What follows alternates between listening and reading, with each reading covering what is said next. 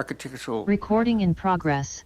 we will open up the Architectural Board of Review agenda for March 20th.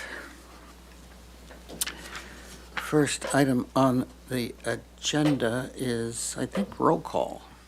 Yes, thank you, Vice Chair Six. I'll go ahead and take roll call. So Chair Moore is absent. Vice Chair Six, Yes. Board Member Anderson. Here. Board Member Black. Here. Board Member Noon. Here. And Board Member Whalen. Here. All right, we have a quorum. Thank you. All right. So being so, we will open public comment for any item not on today's agenda. Yes, thank you, Vice Chair Six and board members. So if anyone wishes to speak on general public comment, please fill out a speaker slip by the back door and hand it to me. But at this time, I haven't received any requests to speak, so I'll move to Zoom public comment. If anyone joining by Zoom wishes to speak on general public comment, please raise your hand to indicate that you would like to speak, and I will call on you. All right, so at this time, I don't see anyone wishing to speak virtually, so I'll move to written correspondence. We did receive a letter from Scott Wentz for general public comment, and with that, I'll turn it over back to you, Vice Chair Six. All right, thank you. With that, we will close general public comment and seek the approval of the minutes for the Architectural Board of Review for March 6th. Do we need those up on the board?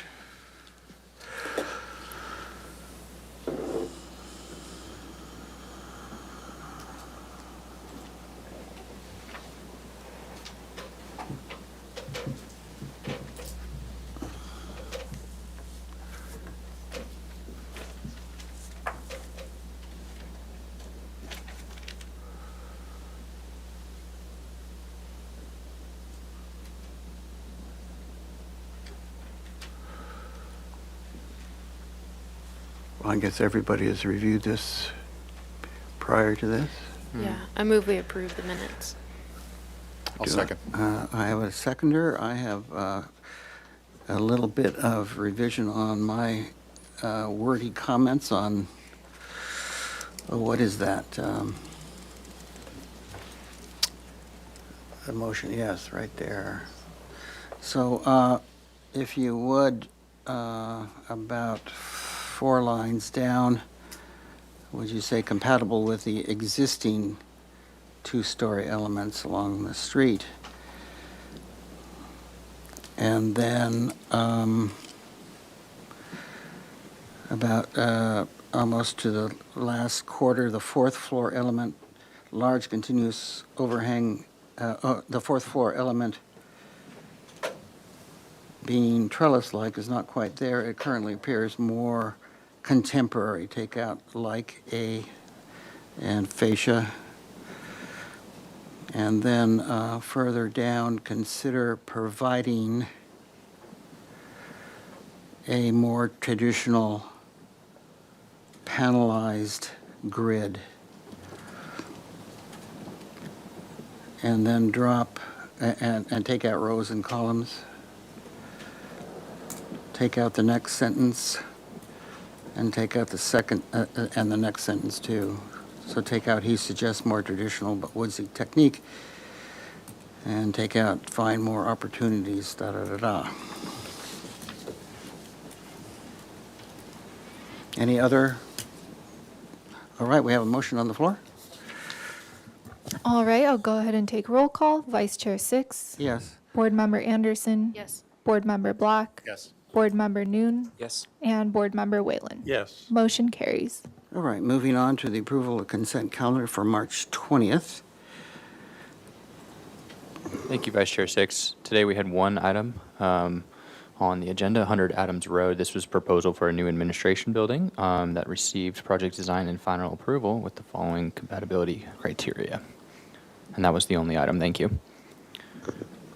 Do I have a, I'll move we accept that. yes, Mr. Noon, seconded by Second. Mr. Black. We have a motion on the floor. All right, I'll go ahead and take a roll call vote. We have Vice Chair Six. Yes. Board Member Anderson. Yes. Board Member Black. Yes. Board Member Noon. Yes? And Board Member Whalen. Yes. Motion passes. All right, are there any announcements, either by staff? Mr. Vice Chair, Ellen Kokenda, Design Review Supervisor. I did want to share that we are going through a special recruitment for the Single Family Design Board.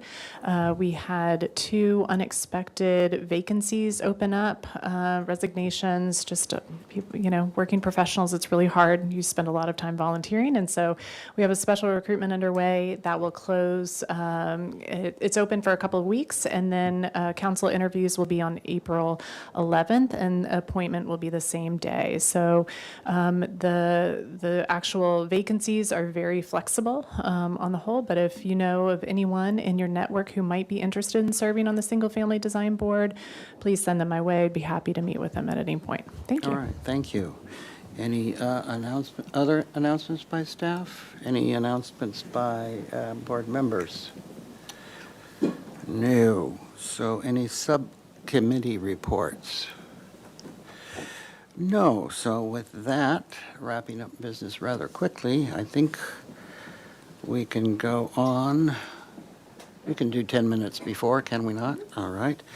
So let's go on to our first item. If you come up, please. This is 604 East Ortega. This is a proposal for renovations to Ortega Park.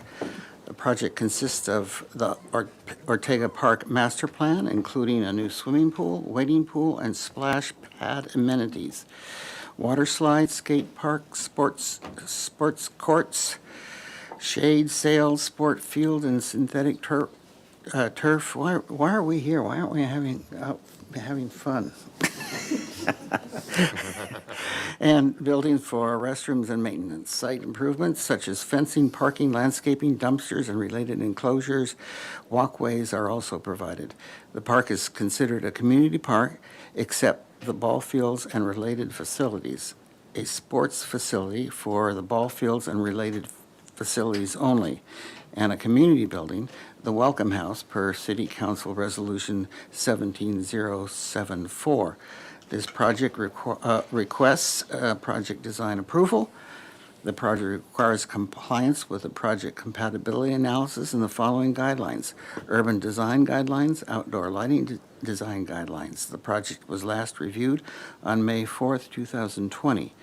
So with that, if you give your name for the record and Vice Chair your Six, to the presentation. rest of the board as well. Yes. Can we just have confirmation that the 2 board members, Board Member Anderson and Board Member Noon, reviewed the previous minutes and videos so they can vote on today's item? Yes, I reviewed all 3 videos and minutes. Yes, I did as well. All right. Does staff have anything to offer before we have the applicant's presentation? No, I'm just here to answer any questions that come up. Thank you very much. All right. Vice Chair Six, members of the commission, my name is Justin Van Mullum. I am the Capital Parks Supervisor for projects, and let's see, and here to talk about Ortega Park, which has not significantly been improved for over 50 years, and it does not any longer adequately serve the community. So a master plan was started in 2018.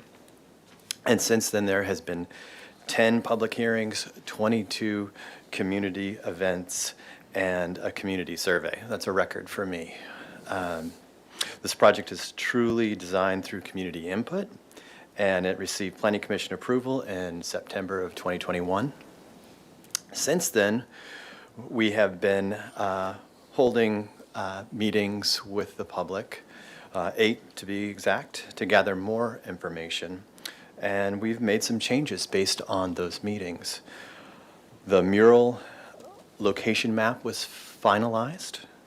The lap pool was moved from 4 lanes to 6 lanes to accommodate, to host small swim meets and to accommodate larger community gatherings, which was really important.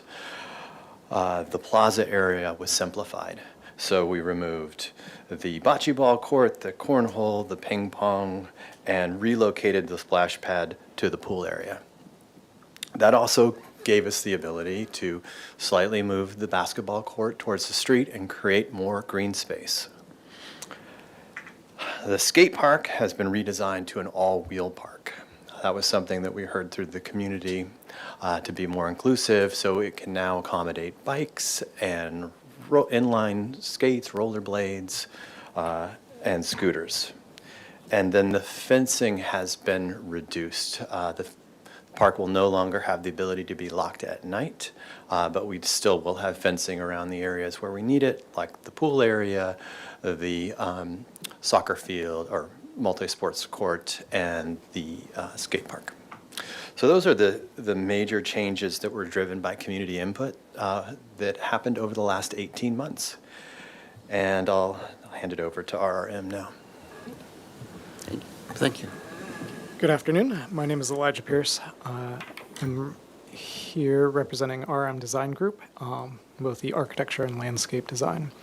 So as Mr. Van Ollen outlined, a few changes since the last time we've been together. To briefly kind of lay out the context of the building, if you remember, we have a multi-use athletic field on the north side of the site. And then in the corner closest to Coda and Salas Puedes, we have the all-wheels park, a basketball court, and then the pool area is on the Ortega and Salas Puedes side. So I thought we'd just walk through these different areas, highlight some of the changes since the last time we've presented the board, and show how we have adapted the design both to this board's comments but also community input. So let's start with the architecture. So at the corner of Salas Puedes and Ortega is the existing welcome house. And let me, oops.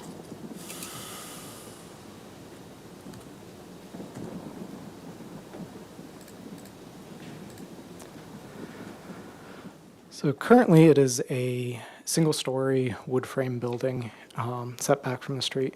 We are proposing renovating that and really having it be the gateway to the pool facility.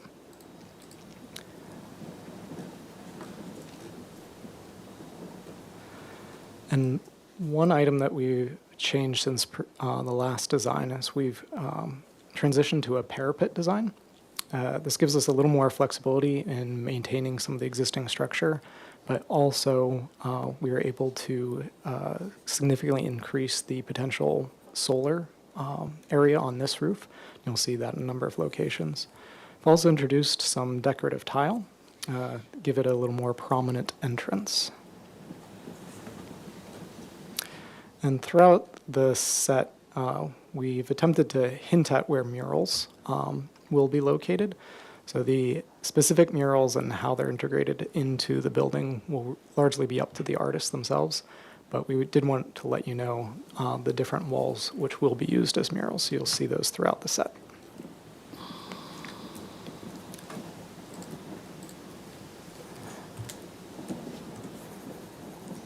Next, moving on to the pool equipment building. It's a fairly simple building. It's utilitarian usage, but kind of kept it a simple, we hope is a handsome-looking building that will also be the home to several murals, or at least 2 murals.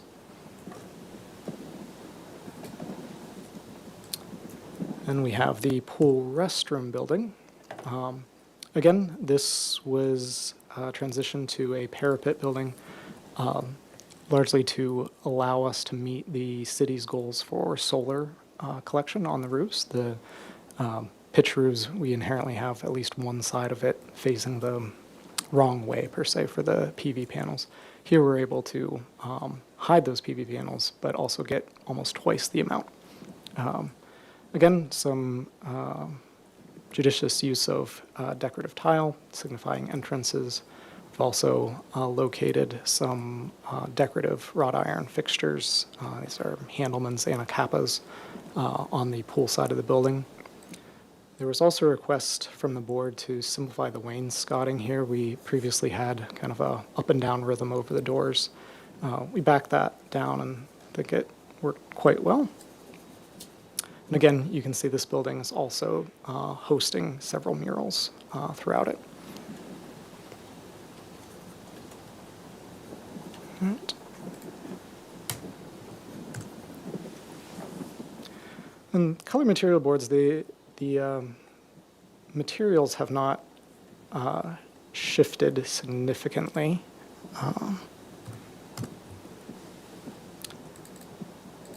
The wheres and hows have been tweaked slightly.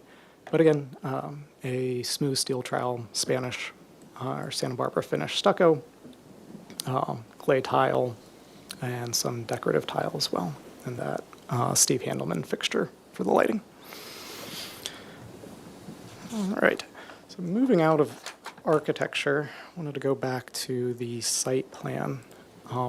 One of the more specific comments regarding the plan for the site was to really try to highlight the entrances, particularly with our paving. So we've attempted to do that and done a number of kind of accent pavings at the main entrances. So at Coda and Salsapuedes, we have an art walk with a decorative sandblasted concrete with inset metal letters, also be murals along the walls here. You can see that pattern right here. And then at the Salsapuedes entrance, we have wood stamped concrete, kind of the Grand Promenade up to the main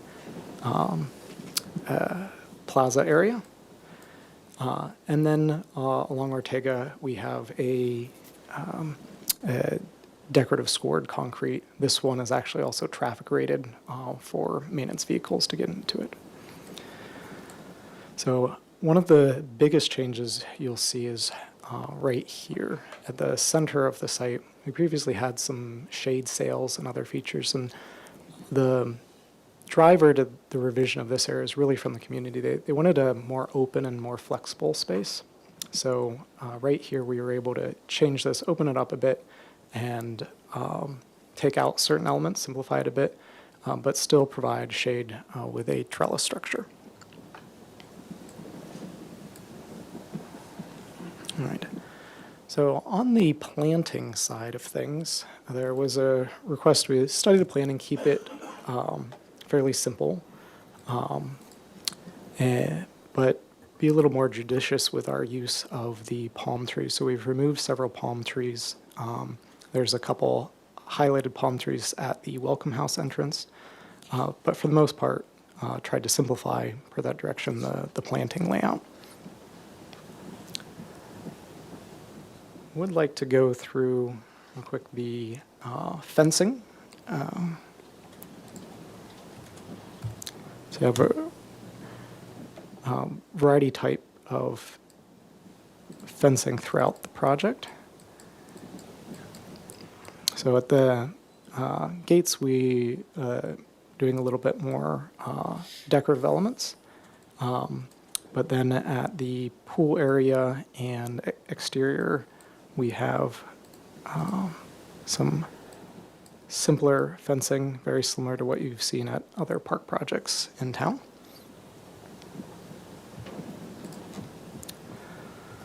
Then let's head over to some of the shade structures. So we previously had a kind of a site-built Coleman wood trellis shade structure in the pool area. We simplified that down a little. We previously had one very similar to this, but now we've kind of made all of these cohesive, that we've gone all to this prefabricated metal structure. It gives the Parks Department a little more flexibility. These would be bolted down, but do not take up as much deck area, and could potentially be moved in the future if programmatic needs arise.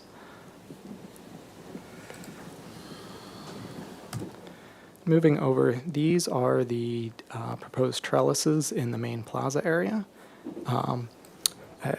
Provide kind of a grand entry, something you can see from the entrances, but also provide plenty of open area for flexible use for parties or gatherings, etc. We tried to pull some of the colors from actually the murals that are in the area. So it is a bolder color, but one we think really actually fits in well with the surrounding art. And moving over to the playground, have kind of a variety of different play equipment in that play space. These really haven't changed since the last time we presented the board. Similarly with the site furniture, in the document we specify the exact colors. If there are any questions, happy to go through these. These are the paving patterns. So for that art walk, we've got the sandblasted concrete. We've got the wood stamped concrete off the Salsapuedes entrance, and also the metal inset paving along the art walk.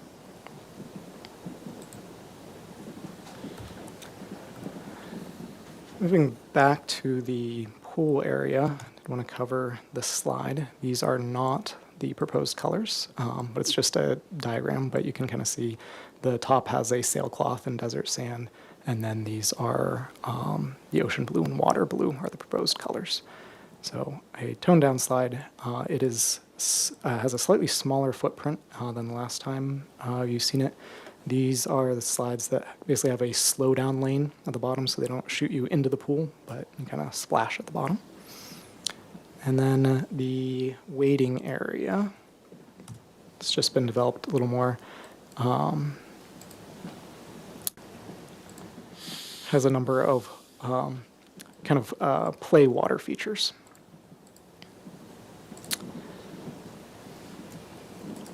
And pulling out of the pool area, looking at lighting for a moment, I just wanted to review the proposed lighting. So the kind of typical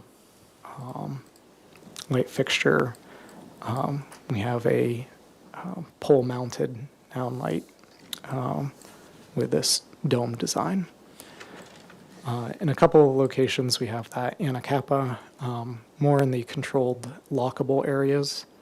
And then in areas where it is not lockable and we have a bit more exposure, we're showing smaller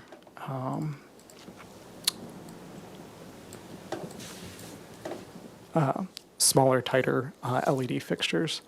They're not very decorative, but they also don't stand out a lot either. They're rather compact, but get us a lot of downlight kind of area. All right.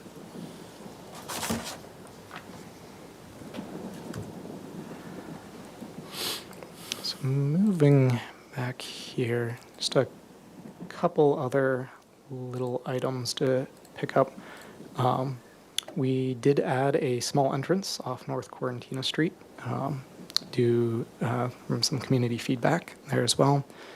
We still have the existing trees to remain along Coda, and have ensured that we have ample area for seating around the field. As we mentioned, the skate park is a all-wheels park now, and the footprint has actually shrunken slightly. We're able to get the basketball court a little close to the street. We really think this is the best location for that park. It's the furthest away from the residential areas, and is in a nice central location. All right. With that, I think we've covered all the main changes, but welcome your questions and comments. All right, thank you very much. Thank you. With that, we will open public comment.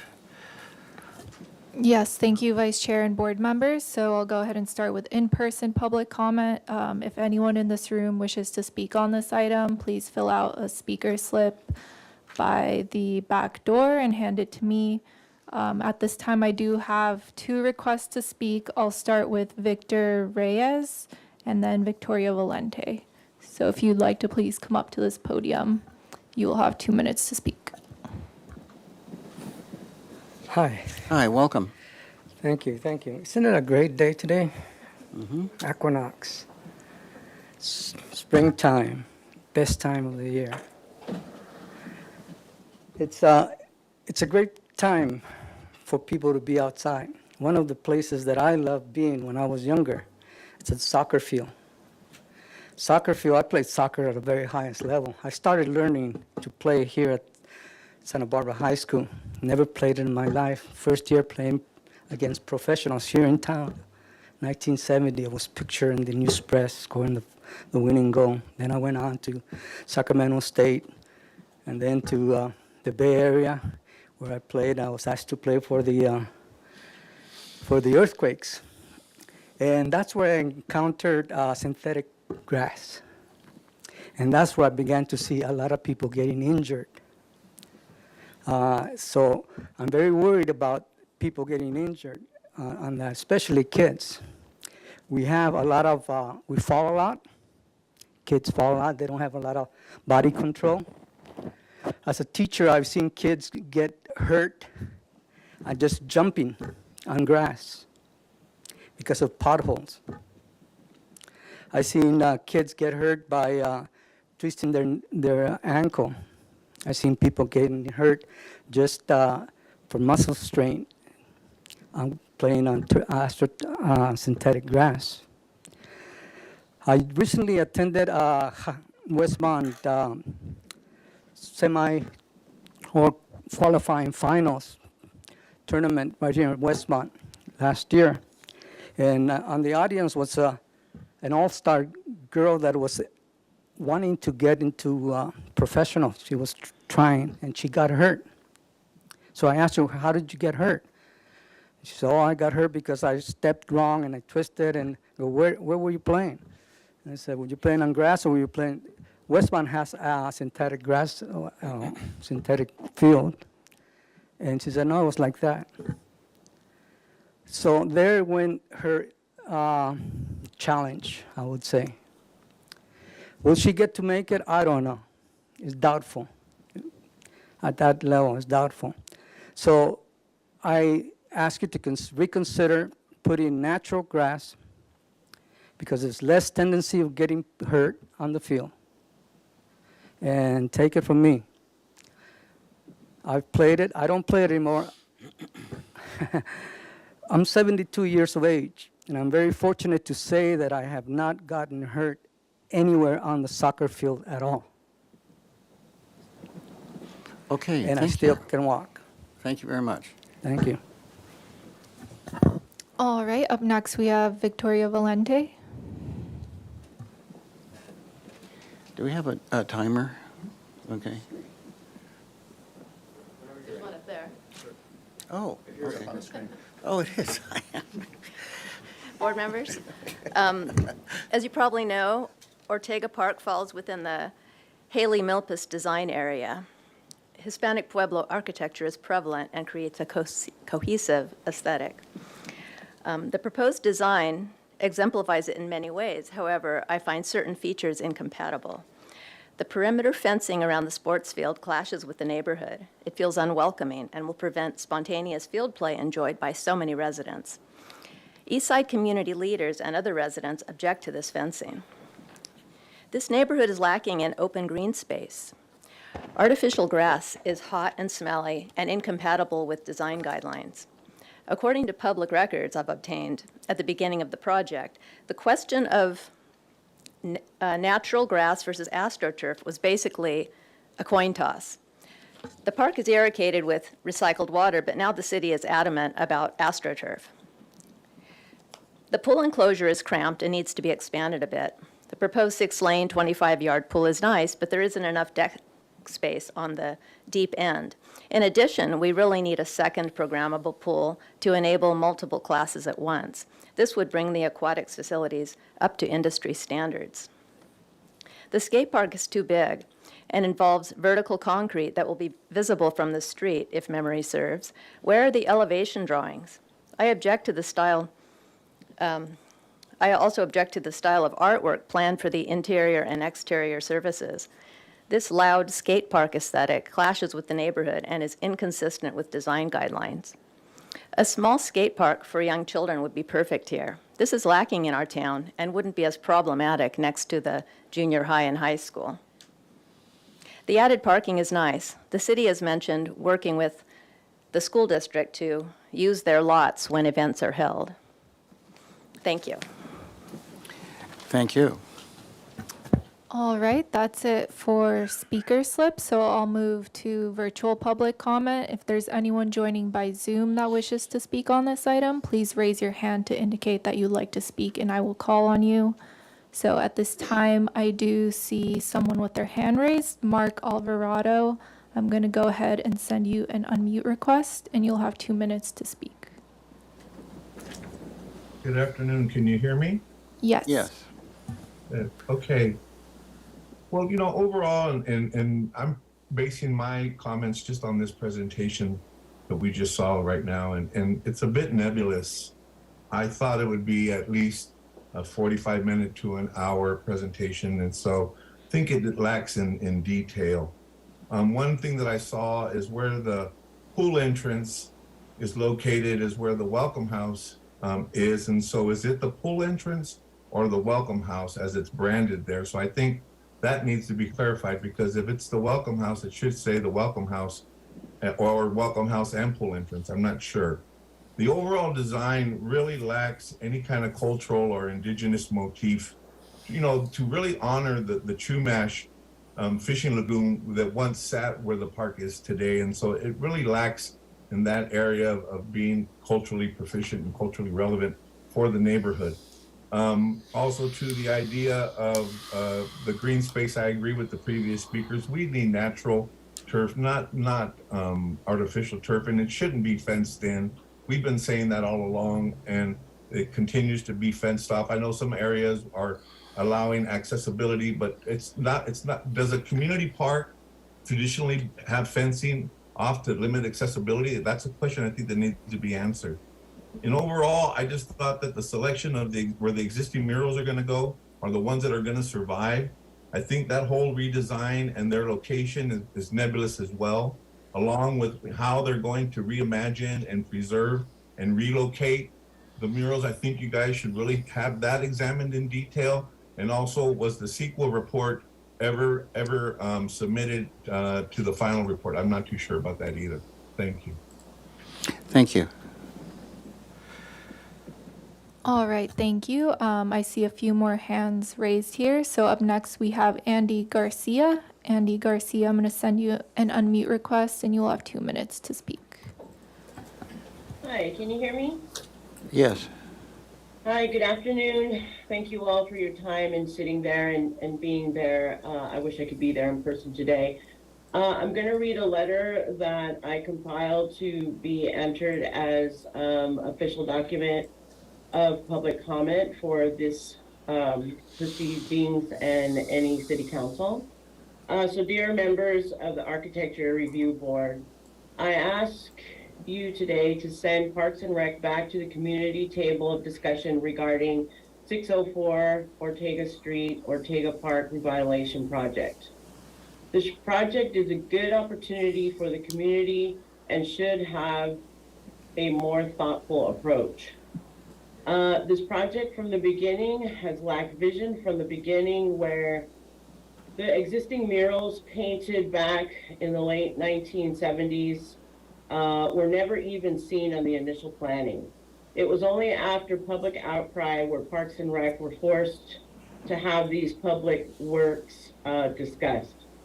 Communications were non-existent, nor were they clear, and they were vague. And even when they were initiated, the community workshops were few and far between for a hearty discussion.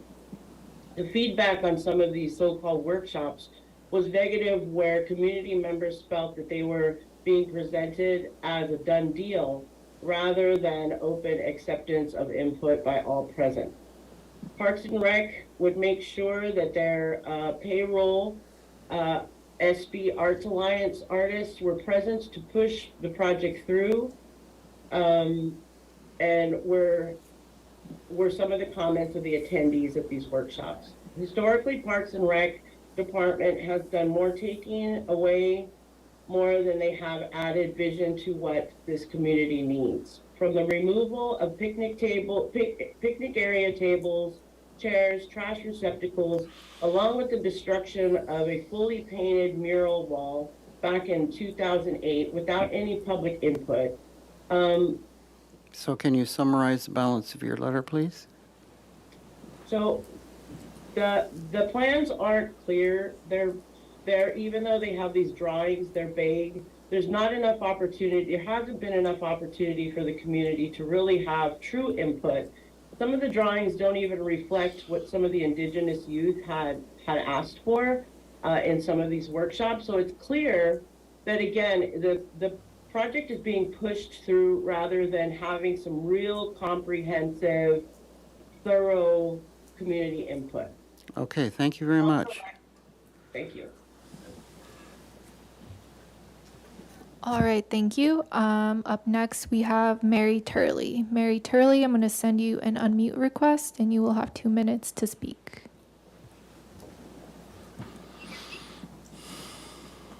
Can you hear me? No.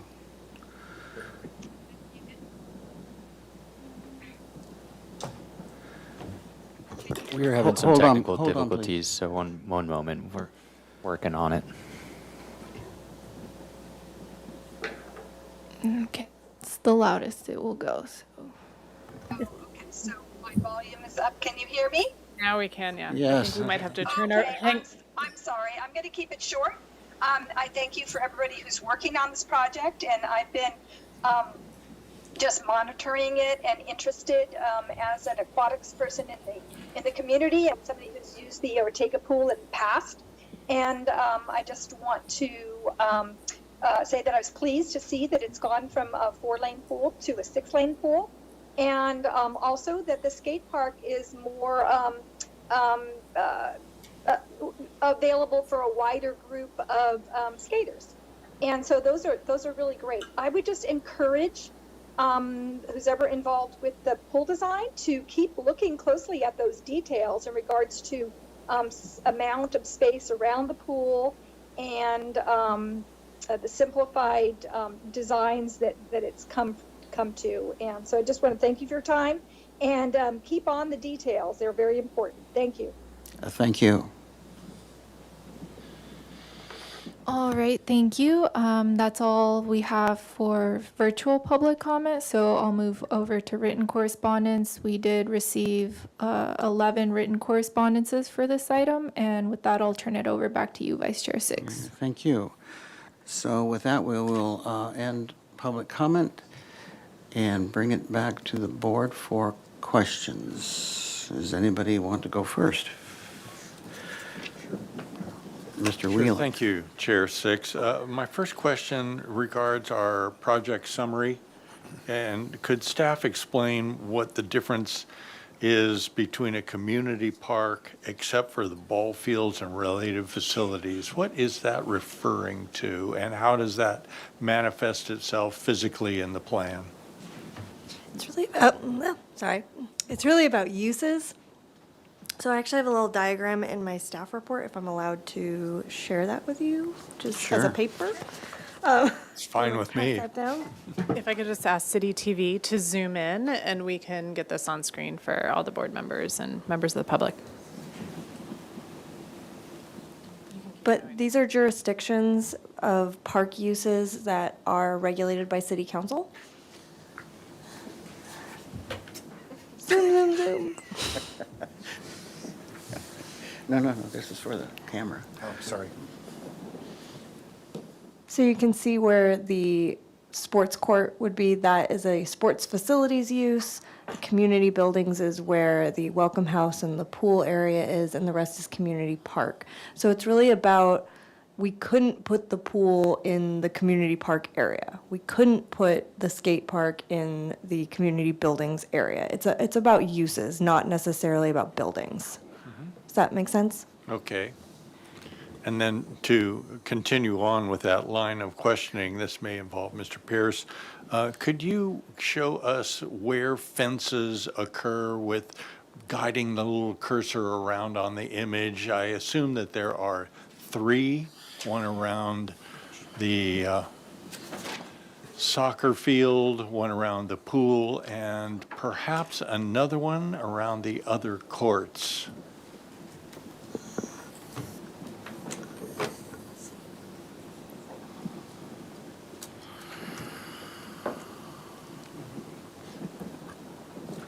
Introduce yourself. Sure.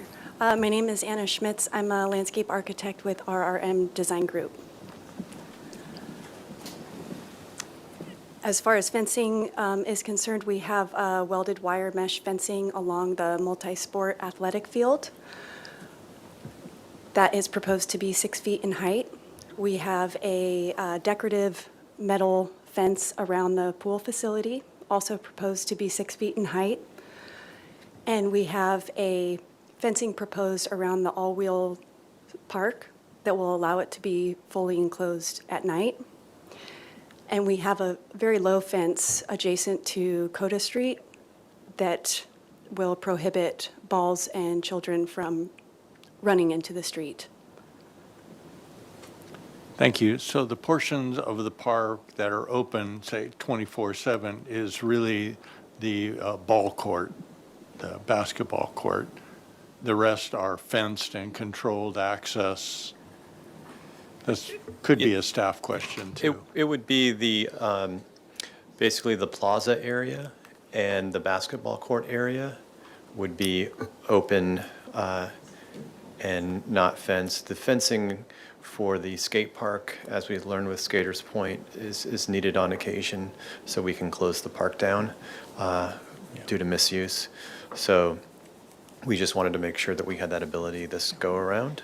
And yeah, so you'd be able to walk through the park from Ortega to Coda Street, or you could go in at the entrance from Salsa Puedes or at the corner of Coda and Salsa Puedes. And the basketball fence, the safety fence for the basketball, that doesn't go along the whole width. It's just that short length that's closest to the basketball court. And how tall is that fence around the basketball court, or on that side? That is around 4 feet tall. Okay. Perfect. Thank you for a very thorough answer. I understand the fencing now all too well. Let's see.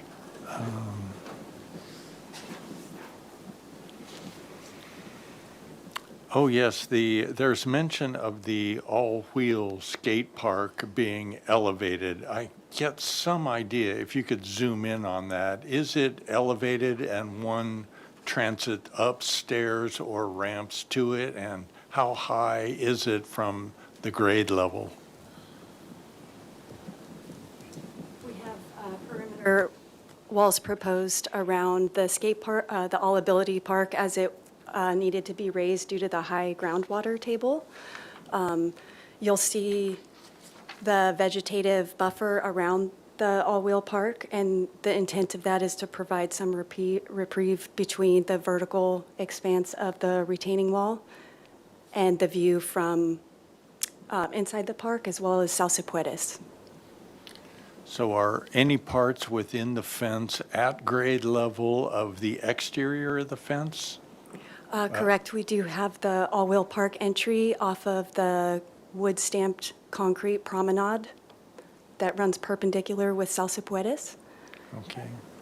So there are the two little areas on either side, and so there are 3 areas within the fenced skate park that are raised, and 2 that are not. Is that roughly right? I believe that there is one primary entrance to the all-wheel park where it's level, where it is 0%, zero. At grade? At grade, correct. And then the perimeter walls range from 12 inches to 4.5 feet, I believe. I see. So in effect, everything inside the fence is concretized and skatable. Got it. That makes a lot of sense. And one more question. If you could zoom in on the corner entry there at Salsa Puedes and Cota, what is that bar that's at a 45-degree angle right there? Is that a landscape element, and is that a planting area?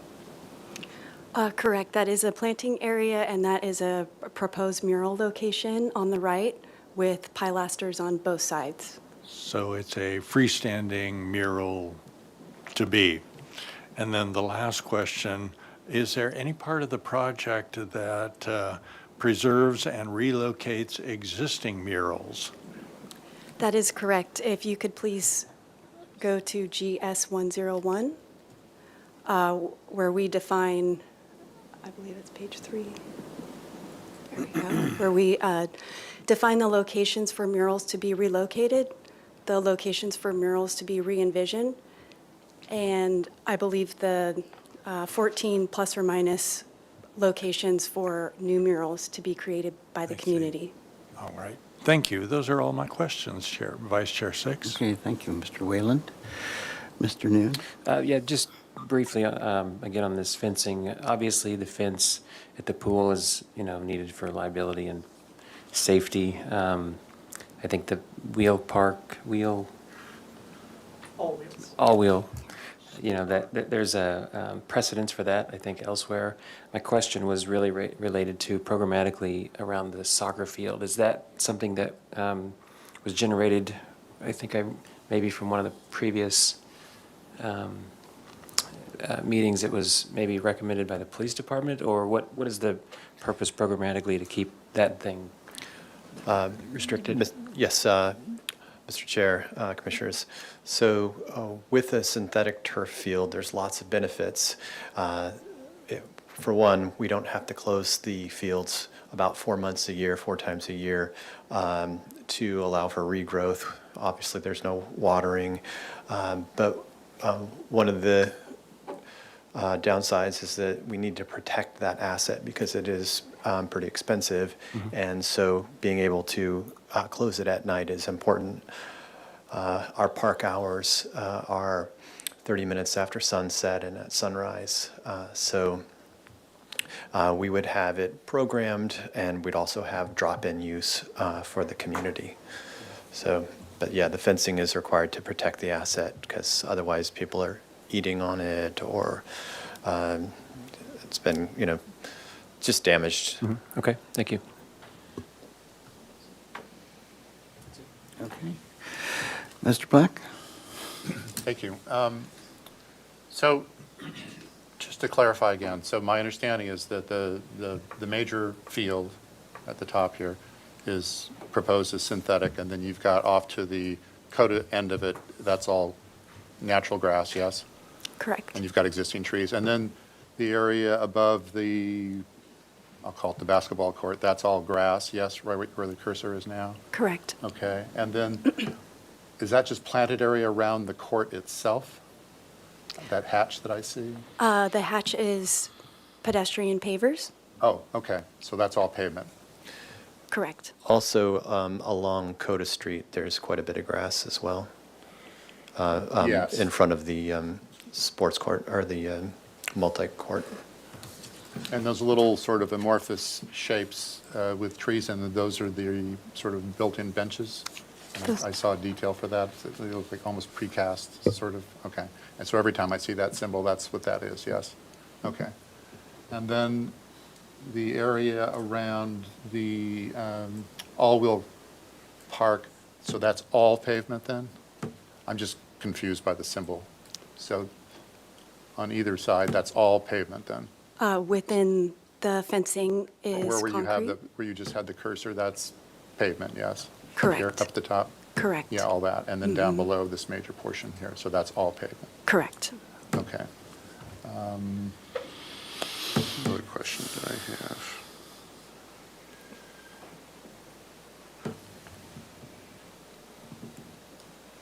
Those are the only questions I have right now. Thanks. All right, thank you, Mr. Black. Ms. The Henderson? all-wheels park is similar to Skaters Point. It's just smaller, and it has a lot more opportunity for different types of users.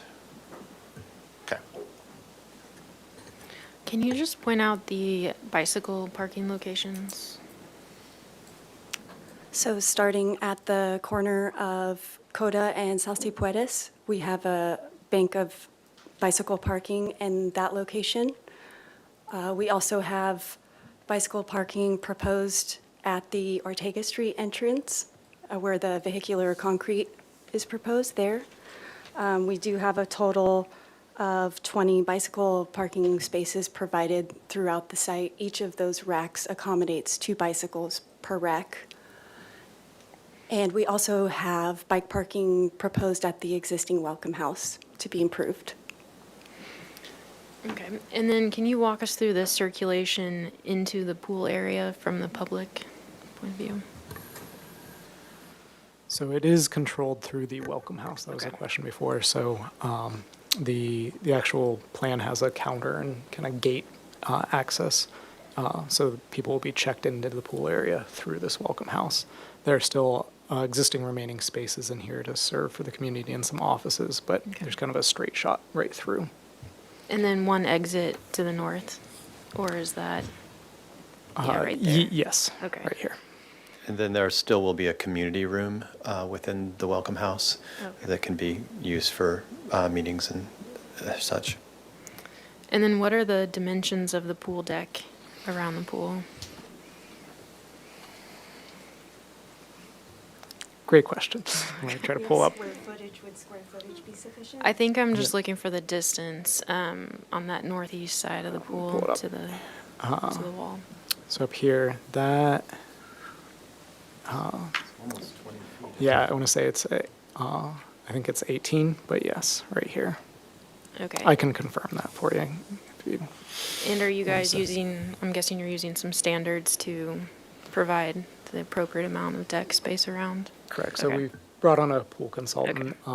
One of the things that we've been working on is detailing to get the depth so you can use blocks off the pool. There's a certain depth requirement to allow Sure. that level of competition. Okay.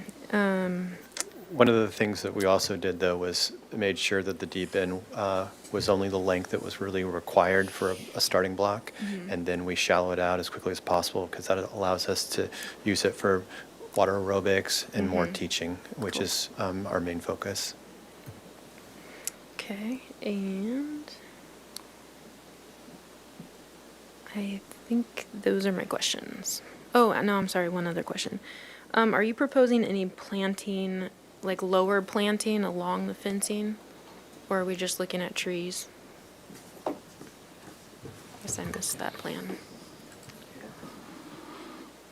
We are proposing planting anywhere there is, hard to describe the hatch, but yes, there is landscape proposed, low to medium planting proposed on the perimeter of all fencing along Coda. There is an existing parkway that is not technically part of this project, but it has trees, and we would like to see some low planting there as well. And Okay, thank you. Thank you, Ms. Anderson. My questions are, first of all, to staff. Has this been to Planning Commission? Or I hear still some concerns from the public about materials, especially the turf, amount of fencing, some uses and so forth. Has this been hashed out in other arenas other than the many community meetings and so forth? And if so, what were the bottom lines for especially the issue of turf and of fencing in those meetings? So first about the fencing is just under ABR purview. The project overall did go to Planning Commission in September 16th of 2021. And at that meeting, they approved and adopted the mitigated negative declaration. I'm sorry, guys. And that did include all kinds of analysis on the turf and specifically about water usage. And I do have a page of that MND if you guys would like to read about how much potable water is being No, that's fine. changed. The turf material has been hashed out at Planning Commission and other All the uses have been approved, yes. All right, thank you. And Mr. Vice Chair, if I could also just add that, I just want to remind the ABR and members of the public that the purview is the aesthetics. So you're looking at the fencing and to identify the materials, the aesthetics of it, and not necessarily Parks and Rec's ability to close. They have a right as a department to be able to close and open facilities as needed. Understand. Well, yeah. Synthetic turf is a very definite aesthetic. So, anyway, okay. So, my other questions. I realize that you need to fence off the soccer field, but I think in previous meetings we desired or suggested other entries. There's only one entry in the center of the park. Is that correct? No, there's three. So we have one up on Ortega. We added one off Quarantina, and then the main one that I think you were referring to, kind of off the plaza area. All right. Then we also, in previous discussions, were concerned about the amount of spectator area outside of the bounds of the court, especially the largest soccer footprint. You did increase that from previous designs? Yes. So We do. In addition to the spectator seating underneath the existing trees to remain, we also have generous areas on both sides of the striping, which will allow for visitors to So spectate. that was increased dimensionally from before? Actually, Vice Chair Six, that was about the same dimensions, and it was designed to be more than adequate to provide additional space for spectator seating. And we also have the lawn areas adjacent to the soccer promenade. So you see through the fence, yes. our test case on the sides was, could you fit a pop-up tent? That was our thing, and you can. So you Okay. have a pop-up tent with room for the sideline judges to run past. So it's, I think, you're not going to fit bleachers there, but you can certainly Yeah. sit with your family. So we al- And I'm sorry, and that's within the fenced-in space. Correct. And so then all the other spaces outside the fenced-in space is just additional for Okay. larger events. Very good. Also, in previous comments, we said to reduce the gray concrete. So can you, besides the all-wheel park, we have, what is the main plaza there? Central Plaza is gray, or can you go through just quickly, the gray concrete? Certainly. Can we please go to LC 100, which is page 22? Vice Chair Six, we do have the wood stamped concrete promenade, warm in color, off of the Saucipuedes primary park entrance, starting at. It would be more efficient if you go to where plain gray concrete would be. I understand the patterns and Certainly. so forth. We do have standard gray concrete proposed in the aquatic facility, as well as in the central part of the plaza because of the neighboring integrally colored concrete that includes what we're calling the Ortega Park Art Walk and Timeline. So that splotch of gray would not be beneficial in another more decorative, your reason for playing gray in that area was, again, I'm sorry? I'm sorry, in the center of the plaza? Yes. Well, two things we'd like to see, a lot more integrally colored concrete, but we felt with the curvilinear pedestrian pathway that you're seeing that connects the multi-use plaza to the Coda Street entrance would be more powerful. Diminished, yes, I see. Yes. Uh-huh. Okay. And can you explain just a small item, what the iron letters embossed in that pathway? I don't understand what that would be. Certainly. So when we have the curvilinear pedestrian pathway is intended to be the medium sandblast finish to expose a subtle aggregate. And then the ribbons that you're seeing would have a wet seal applied to what we thought would be a nice differentiation between the adjacent plaza paving and that pedestrian pathway. And then the cast metal letters would be inlaid in those ribbons. So you're going to spell my name out? That's up for Or- discussion. Oh, what are the donors or whatever, da-da-da? The lettering has yet to be finalized, Ah. but we thought it would be fit to pay homage to the history of Ortega Park and Oh, the okay. local artists. Maybe an that- opportunity for history and Humash and so forth. And as well as the local artists that have created the murals as they exist to date in this, So at there the might be site. symbols on letters and. Or even the names of the artists and the years that the Okay, art was updated. Right, and I think the question on the skate park was what's the highest elevation off of the main street? It's not excessive, it's like 4 feet, no? Or, I think the center pool will be the highest and it's element. height, I believe that is over 5 feet in Five- height, 5 foot plus or minus. And there Okay. is a grading plan provided if you need. It won't have spot elevations in the center. Mhm.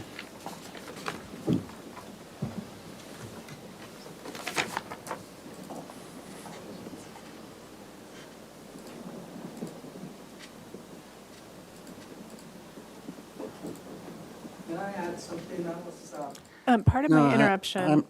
I'm so sorry, but we have a pretty strict, No, I just wanted to say that I was misled. Mr. Chair, Roland said that you. No, I'm- pardon my I'm very sorry. Excuse me, excuse I'm me. sorry. Historically, Sir, pardon my interruption. issue in our community. Sir. Mr. Chair. I'm sorry. I wanted to make sure, because I thought the fencing was just going to be around the street. Mr. Chair, I I'm just want to sorry. let you know, if you do wish to entertain public comment, you would have to reopen it. No. But I just Okay. have to protect the decorum of this particular meeting. It's the Sorry, board's sir, turn to discuss. we got your message, thank you.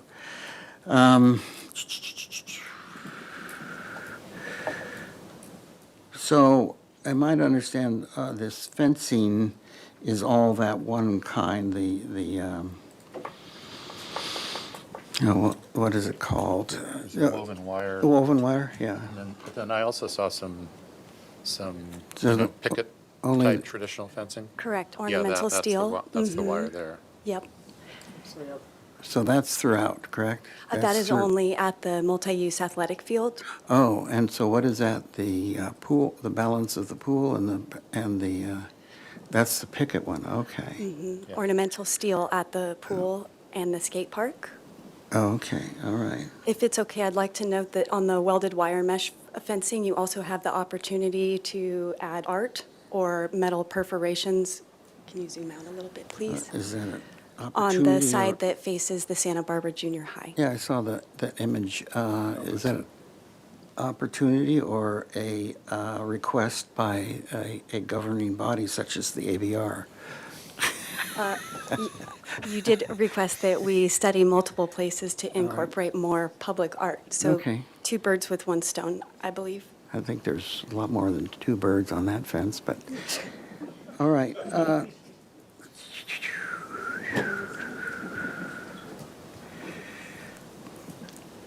Okay, I think.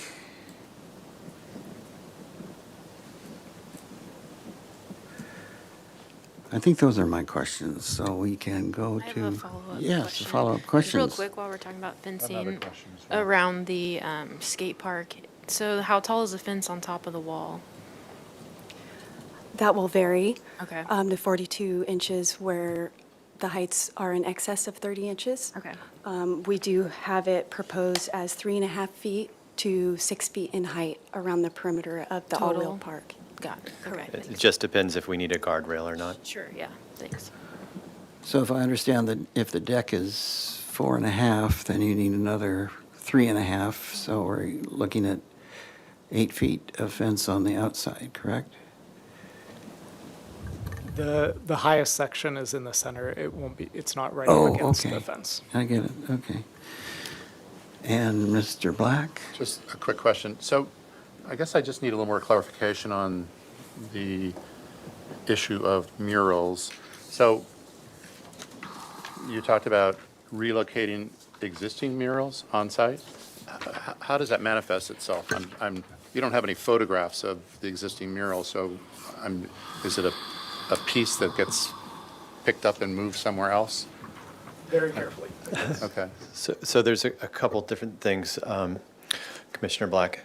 We have 3 very large murals that are on the restroom building. Right. And there's a method of basically peeling off the paint, putting it on a substrate, and then patching it up, and then putting it back on the building.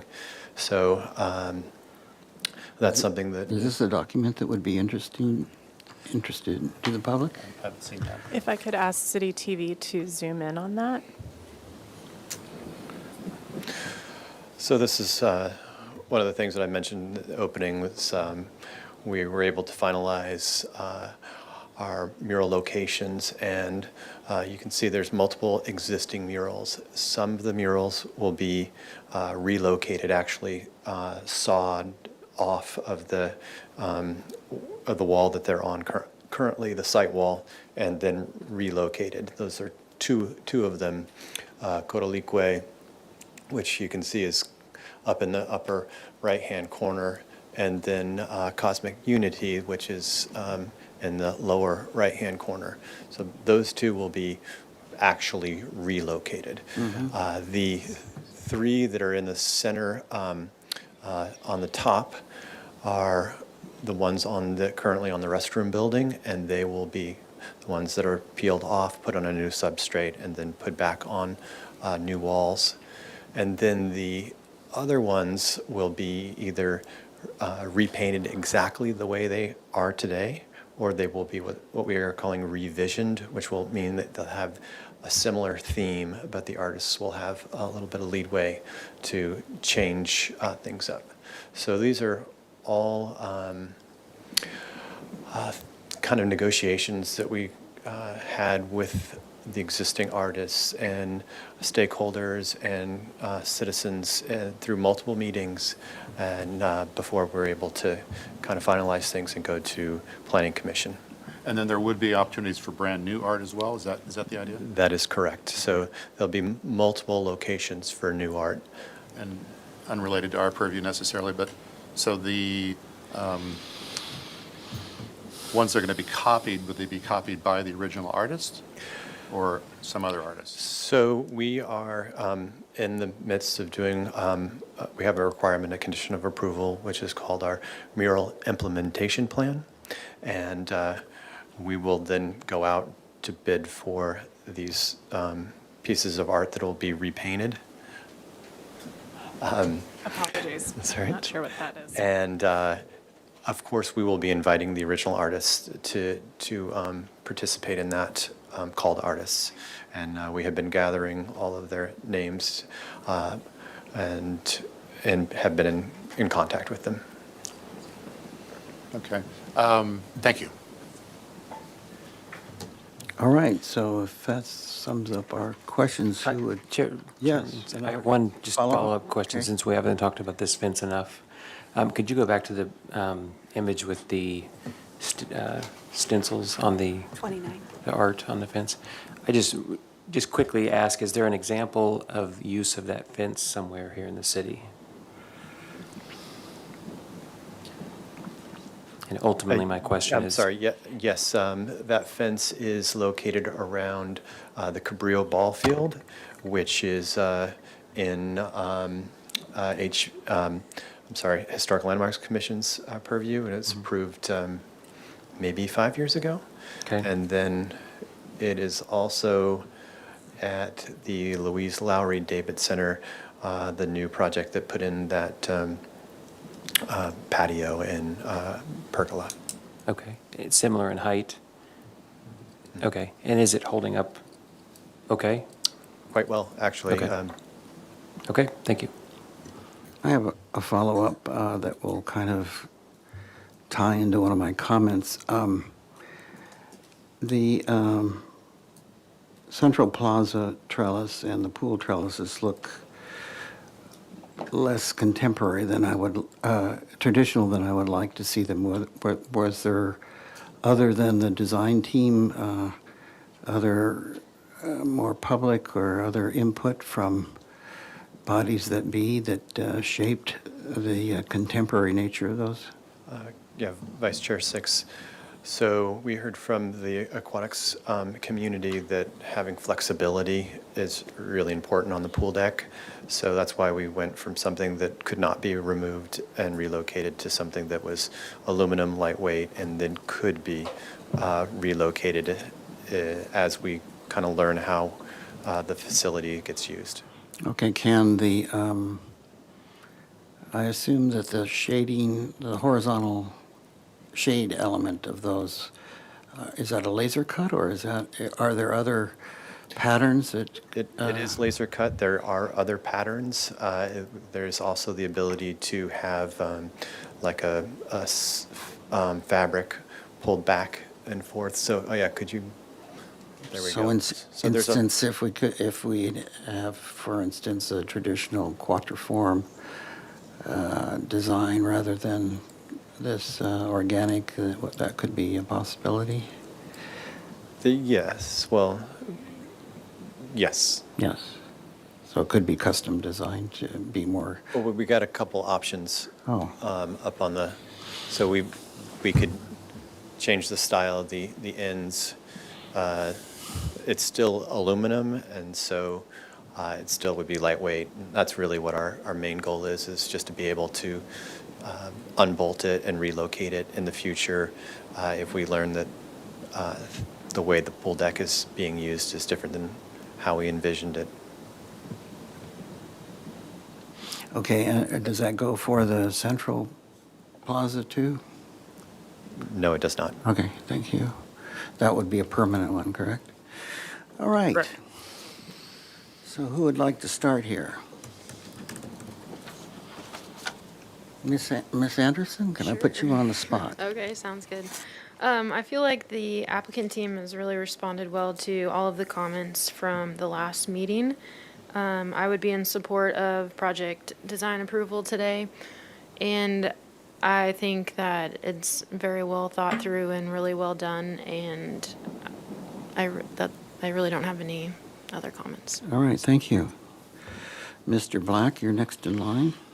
Yeah, I would agree. I think short of a few details I may have some issues with, but including the arbor that you mentioned, which seemed a little too contemporary for my taste, but if they could either be changed to wood or at least finished to look a little bit more like wood, I think would go a long ways. But That's on the pool one, correct? actually, I'm looking at the plaza. Yes, okay. Yeah, just that image just doesn't seem appropriate to me. But but the rest of it, I think, I think it's very thoughtful. Probably a little bit more pavement than I would probably anticipate, but I mean, given the uses, skate parks and sport courts and what have you, and the pool, obviously, I think that sort of comes with it. But I think it's important too to just re-examine circulation that people can get from point A to point B throughout the site, and have access to every one of the use areas in particular, and then also having enough opportunities for families, benches, and furnishings that folks can sit on while the kids are skateboarding or playing ball or what have you. So I'm not talking about the ball fields. I'm talking about in and around the play areas and the little sport court areas. But Mr. Black, can you be more specific on the circulation element? Can you provide an example that would? well, it's just a matter of. Are you asking for a general, the axes and so forth? No, that it was they just have it was just a comment. Like for instance, I was looking at the this little sport court here along Coda, and I was trying to. Well, how do you get to it? You just I see, because it's all hard surface, so you just blend right off of the art walk, if you will, right onto it. Okay. So I guess it's just a matter of where you do have fencing, that you have adequate accessibility in terms of being able to get from point A to point B. That's all. But Okay. Thank you for clearing those are my that up. comments. All right. Mr. Noon. I could also support project design approval at this point. I think you guys have done your due diligence in getting input to bring this together. Certainly wouldn't want to add my input to take any away from that. So well done. in that regard. The only comment I would make is, and this is not necessarily a condition, just to, looking at that fence, it looked like it might be a little flimsy. So just, whatever you could do to confirm that that's going to look good years from now. Thank you. Thank you, Mr. Newton. Mr. Wayland? Yes, thank you, Vice Chair Six. I would agree with the other board members about project design approval with some minor comments.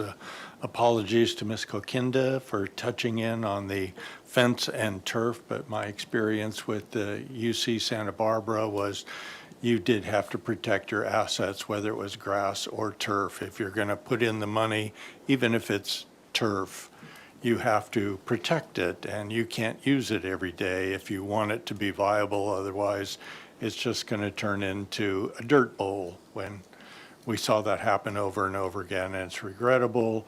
But one choice or the other, I don't think one is truly better than the other in terms of turf or artificial turf or grass. But it does seem to me that you need the fence. That being said, there was one public comment about privacy in the outdoor showers. There were some pierced openings, and you don't need to respond, but I think that can be easily addressed as you develop your design. There was a previous comment about the colored wainscot going over the doors. I saw that still in some of the illustrations, but not others. I'm wondering how the mural transfer will work within those, but you'll resolve that one, I'm sure. Your change from the to the parapet roofs, I think, has been very successful, and I think they're much better designs now. The art walk, to me, is a welcome, a break from the rectilinearity of the design. However, the terminus at each end, I think, is a bit awkward. At the corner of Salsa Puedes and Cota, it seems to me that you're just going to get some track through around the edges, and if it were flared out, it might be more successful, especially when you have a new mural panel there. The other terminus just seems to be awkward and somehow could be better integrated into the overall hemicycle design somehow. I'm really getting down into the weeds on it, though. Let's see. I regret you didn't have any perspective views, which were so very helpful in your other presentations. I frankly had a hard time understanding the elevations that you're trying to convey without those very meaningful perspectives. Those are all my comments. Thank you, Vice Chair Six. Thank you, Mr. Wayland. I need to back up and go to questions again. Because there was a significant amount of work and information on the lighting charts. And I understand, can we go to those?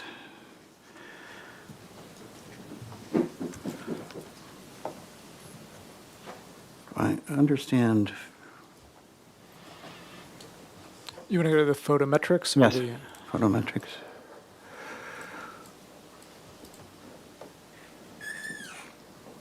The photographed ones? sorry, the photometrics or The photometrics, yeah.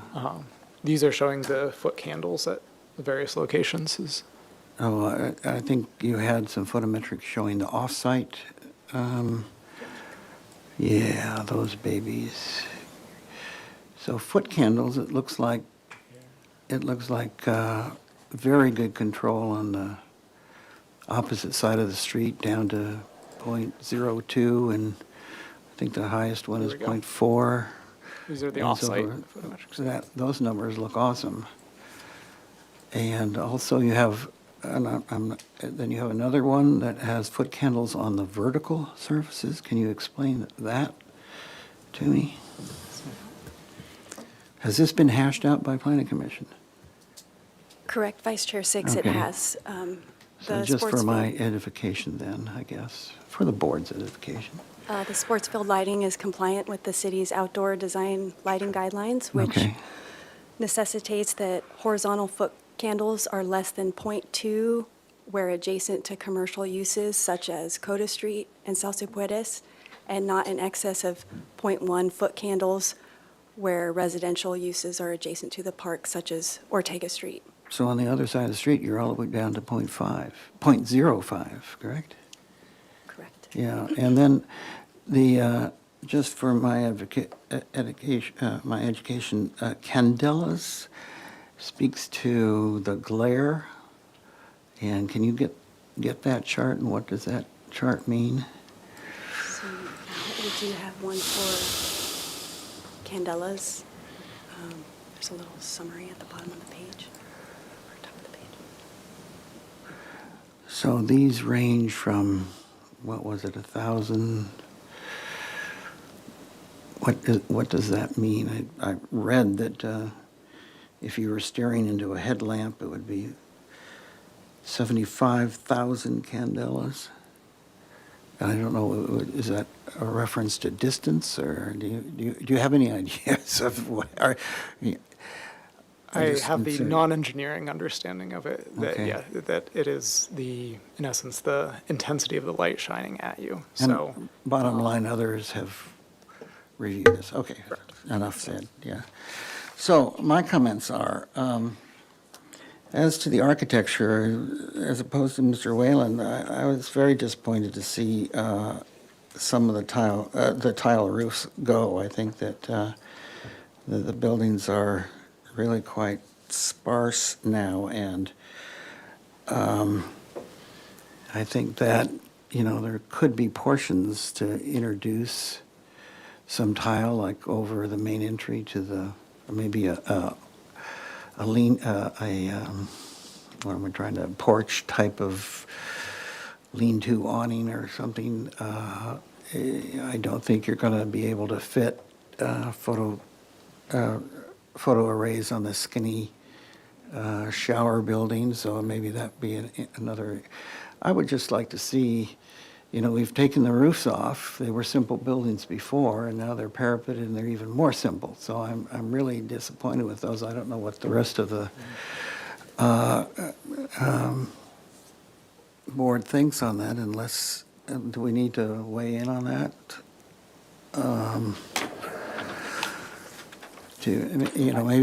Maybe just the central portion, or as again, I say, a porch awning, tiled awning above the main entry there, or something. It's just so disappointing to see all that nice red tile go away. Mr. Whalen? Mr. Vice Chair, I do think some perspective illustrations would help us all understand these revised designs better. Mm-hmm. Yes. I was simply going to say, I had the initial thought that you did, hearing them articulate that it was a program issue, that it was a request.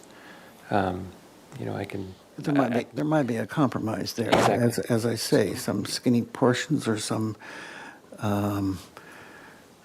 awning type things hanging off of the main entries and so forth. Correct.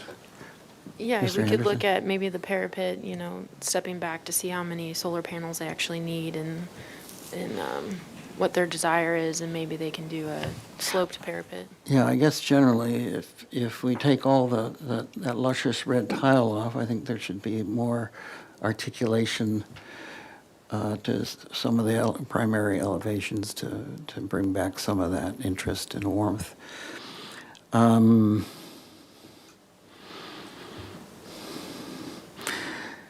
And I'm curious, I love the little guy in painting in progress of the murals. I love it, but it brings up the question where.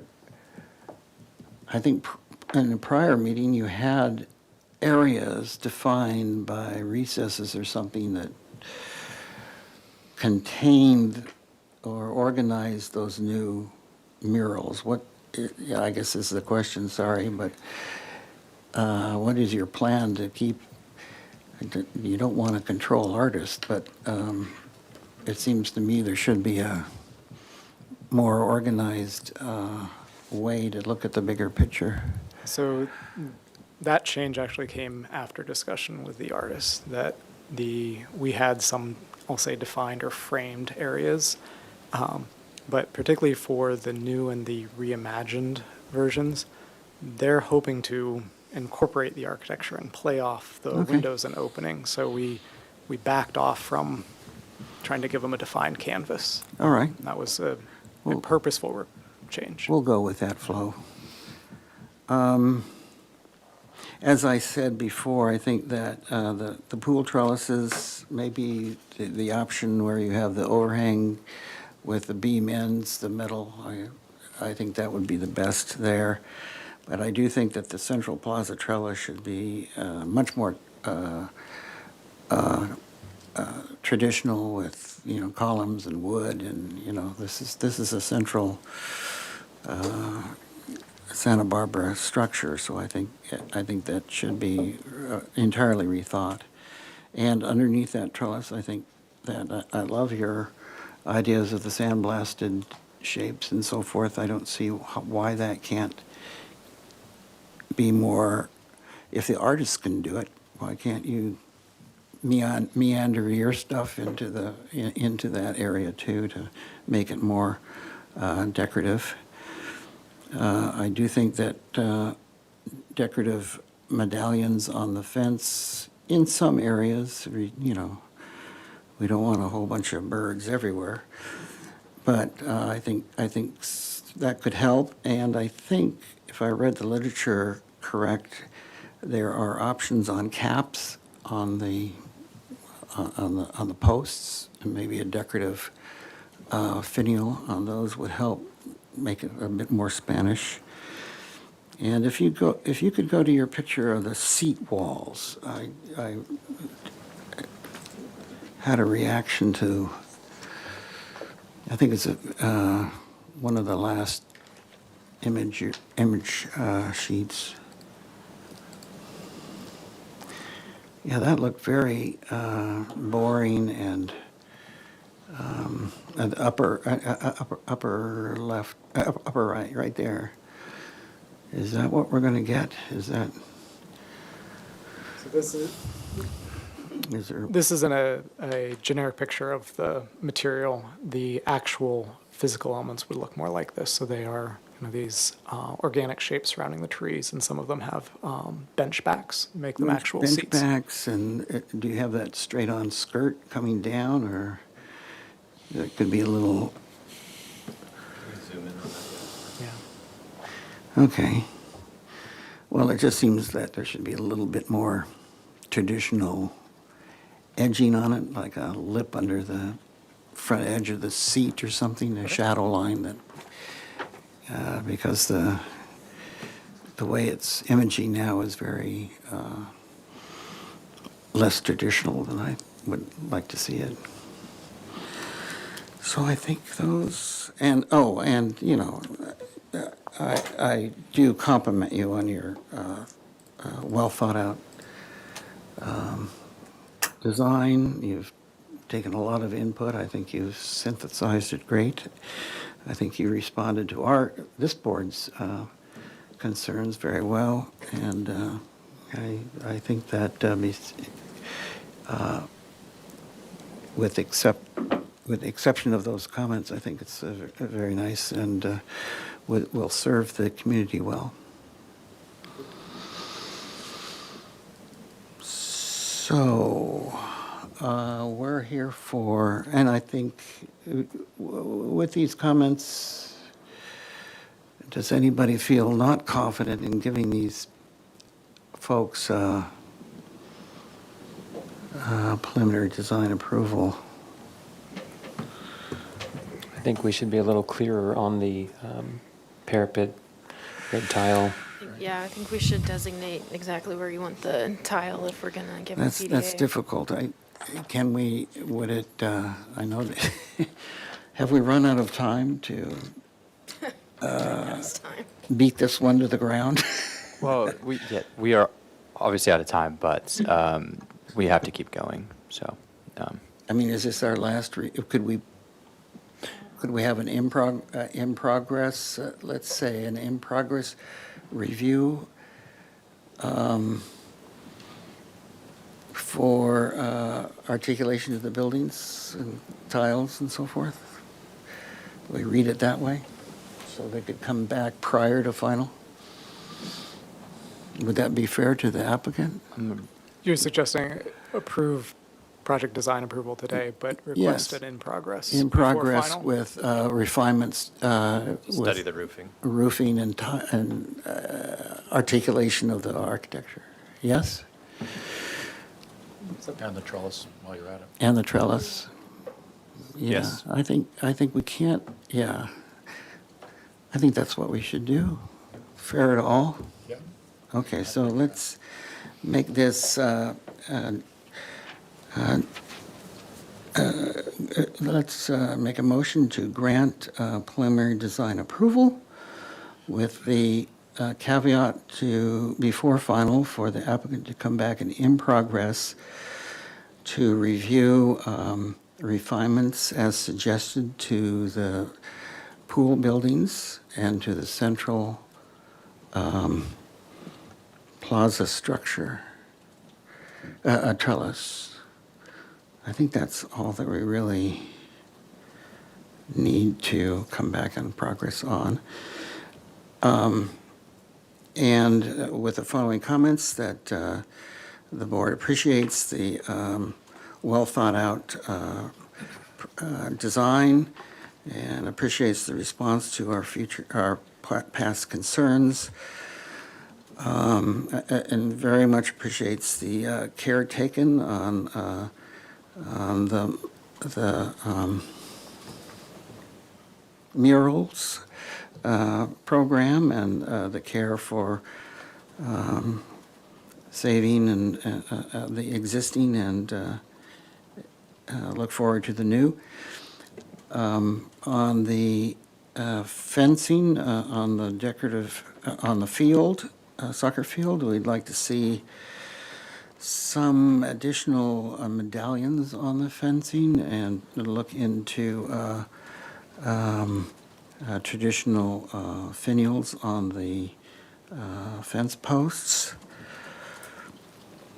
And would like to see more decorative pattern in the concrete in the central trellis area.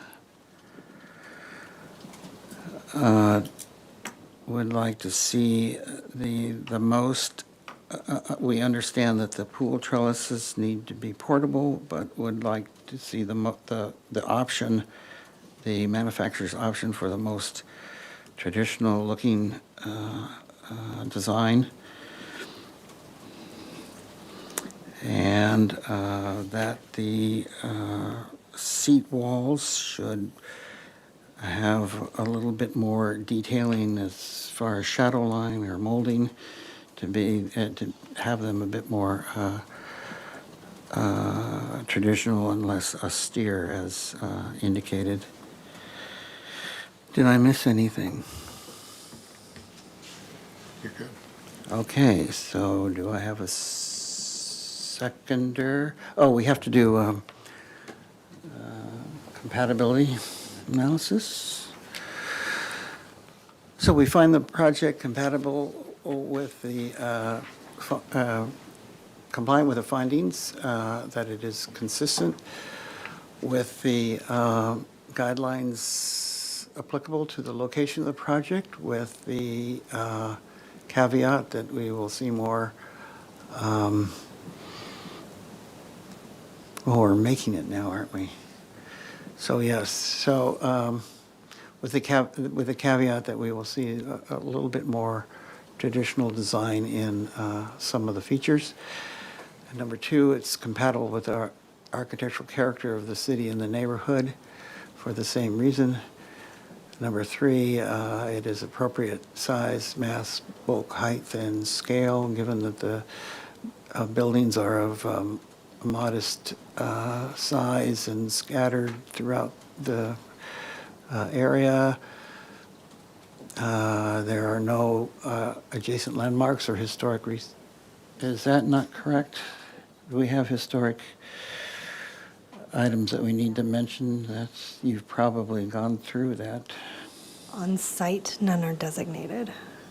Okay, and there's nothing adjacent? Well, there's the junior high it is school in is. location, its location in respect to the junior high is significant distance away and significant landscaping and grass areas to not be impact the junior high historic resource. The public views of ocean and mountains are not affected. And of course, there's adequate open space and landscaping because this is what it's all about. So I think that wraps up the motion. Do I have a seconder? I'll second. Go ahead. Got it. Mr. Black, the seconder. So we have finally on the floor a motion. All right, I can go ahead and take a roll call vote. Vice Chair Six, Yes. Board Member Anderson, Yes. Board Member Black, Yes. Board Member Noon, Yes? and Board Member Whalen. Yes. Okay, motion passes. Thank you, folks. Nice Thank job. you. Nice job. It's nice. Oh, and this is a appealable decision. So anybody who wants to appeal the decision has 10 days from this date to process an appeal. Miss, A little quasi recess? yes. Is that what is occurring? Do you want to take like a 3-minute? Yeah, 3 minutes. Okay. The board will reconvene at 4:39.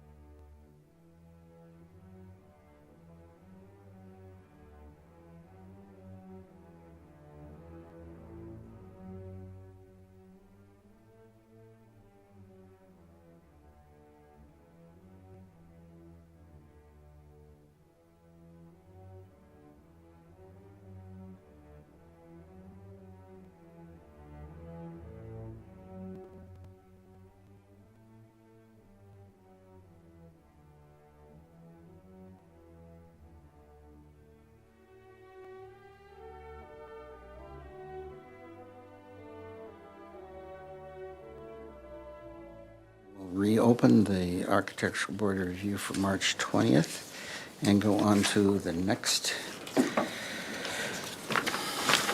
agenda item, which is item 2, 425 Santa Barbara Street. This project consists of constructing four-story 19 residential apartment building comprised of one various bedroom type units on a vacant lot within the priority zoning overlay area of the city. Project is designed to comply with the city's average unit size density incentive, AUD program, Chapter 3150, and the California State Density Bonus Program of a various code. The units range in size from 634 square feet net to 1,144 square feet net, with an average size of 1,022 square feet net. Under the state density bonus program, the project proposes the following concession from the city development standards: to allow a reduction in the minimum private outdoor living space dimensions for each unit, and to allow private open yards from different units to be connected. The project proposes no on-site vehicle parking. Each unit will be provided a private, secure, covered storage area that includes bicycle parking and is included in the calculated square footage of the unit. The project design approval is requested, and the project requires project compatibility analysis with the following guidelines: urban design guidelines, outdoor lighting guidelines. The project was last reviewed February 21st, 2023. So with that, please introduce yourself, and I think this would be a short one on just what has changed since last time, correct? Correct. My name is Noah Greer. I'm an architect that'll be walking you through those changes. All right.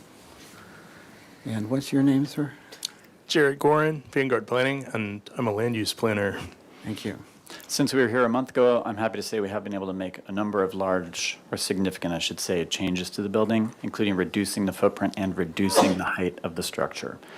We started by reducing the plate heights. So here I'll flip through the elevations. As you can see from the changed backgrounds, it's the dawn of a new day for this project, I hope. We lost the post-apocalyptic backgrounds, and I simply swapped out the watercolored backgrounds in order to get a nicer color, no nefarious intentions to misrepresent the building, because I'm happy to say, no matter the background, the height of the building dropped 3 feet 10 inches since we last saw it. Mm-hmm. Okay, so here we're seeing the east elevation, the street elevation. What you'll notice immediately, I hope, is just the proportions of the building changed. We kept the 10-foot first floor plate. Second floor, third floor, and fourth floor were reduced to a 9-foot plate height. We also reduced the parapets as much as I possibly could. In places, those parapets are just 2 inches high. Mm-hmm.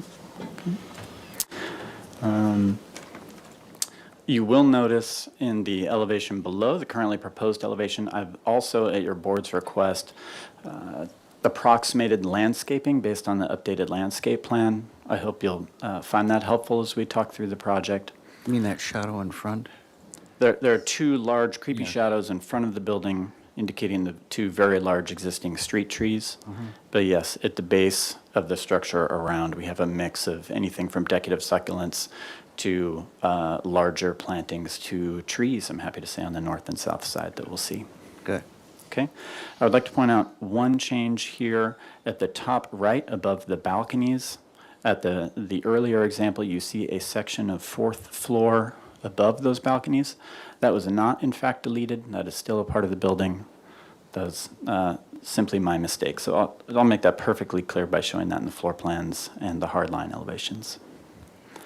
Okay, we're now looking at the south elevation facing the driveway and parking lot of the neighbor.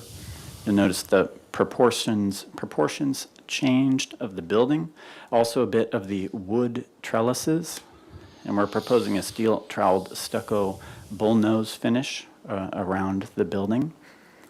There was also a comment at one of the meetings for the trellis you see at the top right, which frames one of the entry stairways at the street.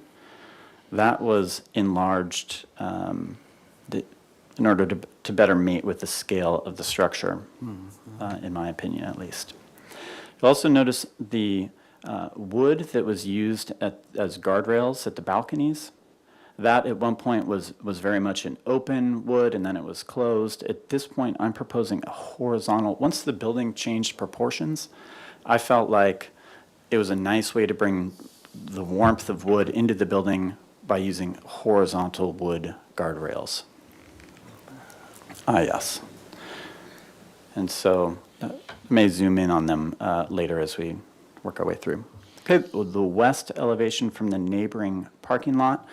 This is where some substantial changes to the building were made. Not only did it drop 3 feet 10 inches in height, but we've also pulled in this first floor an extra 2 feet from the property line to accommodate proper ground-based plantings. What we're showing currently in the landscape plan is sort of a green wall trellis installations that would accommodate vines growing from the ground, maintainable from the ground, and additional plantings there as well.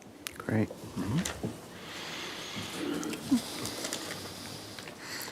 Okay, now on the north elevation facing the tire shop, all of the previous comments apply. Here you can see that enlarged trellis as well over the stairwell we're proposing there at the street. And then in the foreground, I'm simply showing the location of a storage structure from the tire shop location. Okay, I'd like to flip to the landscape plan. Sam wasn't able to be with us today, but I'm happy to say the changes are quite straightforward, and I hope your board will be happy to see them. Along the west side here, this is where we went from a 9-inch setback at this corner here to now a 2-foot 9-inch setback. We have about a 3-foot setback here, and that's accommodating some vines at those green wall installations and additional plantings. We have some nice sizable planters for some trees here at the corner, and then at both the north and south side, at your board's suggestion, we were able to accommodate nicely sized planters for additional trees. Now, in order to accommodate this enlarged setback, all of the units squeezed slightly. All of the units were quite small to begin with. So to make it work, I also shifted the building east 9 inches. So we lost 9 inches of those street side planters, but we worked very hard to minimize that and to maintain functional planters at the tightest spots. So we maintain an 18-inch planter here at the trash enclosure structure and an 18-inch planter here at the stairwell. Great. Other than that, they're substantially larger. Okay.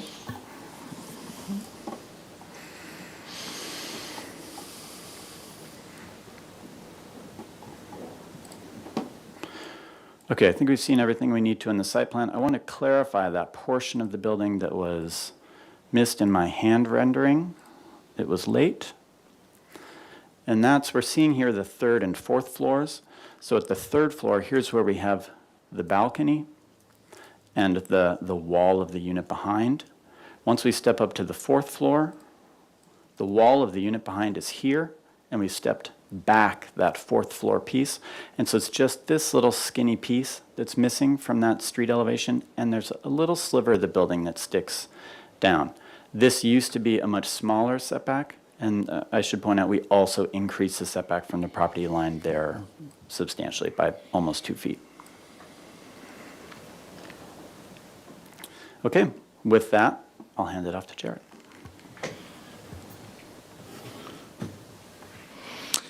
Great. So I'd love to leave it at that. Unfortunately, we have another letter here from Richard Lloyd at Capello and Noel representing our neighbors at the platform. And I have to address this because if this does go to an appeal, we're limited to what gets discussed at these hearings now. So I'm going to just try to get through this. First, Mr. Lloyd goes into some purported explanations or proposals of how this board could deny this project. I went over the actual code from state law at the last hearing, and I'll just for the record, again, you can deny this project if you can find that it represents a risk to health, safety, and welfare, and that there's no way to mitigate that risk. So that's the basis you could use to deny this project and nothing else. He talks about the mass, bulk, and scale of the project being out of character with the neighborhood. That has not been the finding of this board at the last hearings, at least of the majority of the board. Additionally, your board has approved multiple projects that are larger than this, also 4-story, all within one block of here. So on Haley Street, you've got one, you just reviewed one at Garden in Haley that got pretty positive comments, and it's a very cool looking project. And then over at 425 Garden, that one's also been moved along. So the character of the neighborhood is going to include lots of buildings like this, and ours will fit in with that. And that's really up to your board and not Mr. Lloyd. The setbacks, his client and he are very concerned about our 3-foot setbacks and the larger setbacks we have. What would happen if anything ever had to be done in the future with a 0 setback? Well, this is his client's property next door to us. You can see the entire length of both of their buildings is at a 0 setback along both property lines. If you were to add this together, that's about 4 times the lineal feet of 0 setback that we have on our property. I mean, normally I'd never get into this, but hypocrisy of that caliber deserves recognition.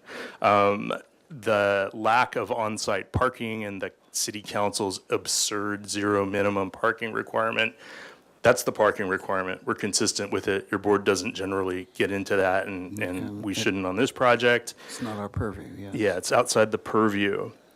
There's some comments here about construction parking. Again, we'll have to stage this project out. It's also not in your board's purview. And then we have a paragraph about the abject failure of the AUD program, which also I would say is a higher level policy issue and not really something to be talking about on this project. So I think that's all the response that needs, and I'll end it there. Okay, thank you. If I may, there's one more component to the design I'd like to point out while we're here. One of the comments from the board was a request that we warm up the architecture a bit. And I'd just like to point out that in combination with the, one might argue, more contemporary horizontal style of the guardrails at all the balconies and the interior courtyards,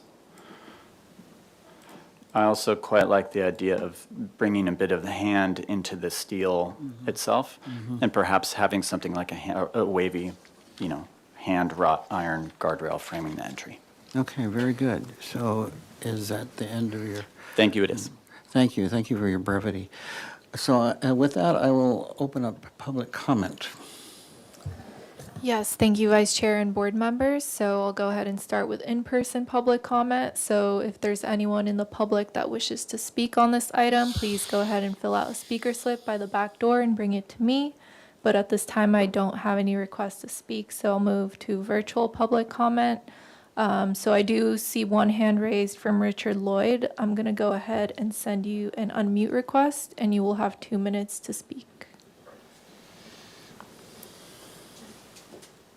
All right, Richard Lloyd, you should be unmuted now, so you can go ahead and speak.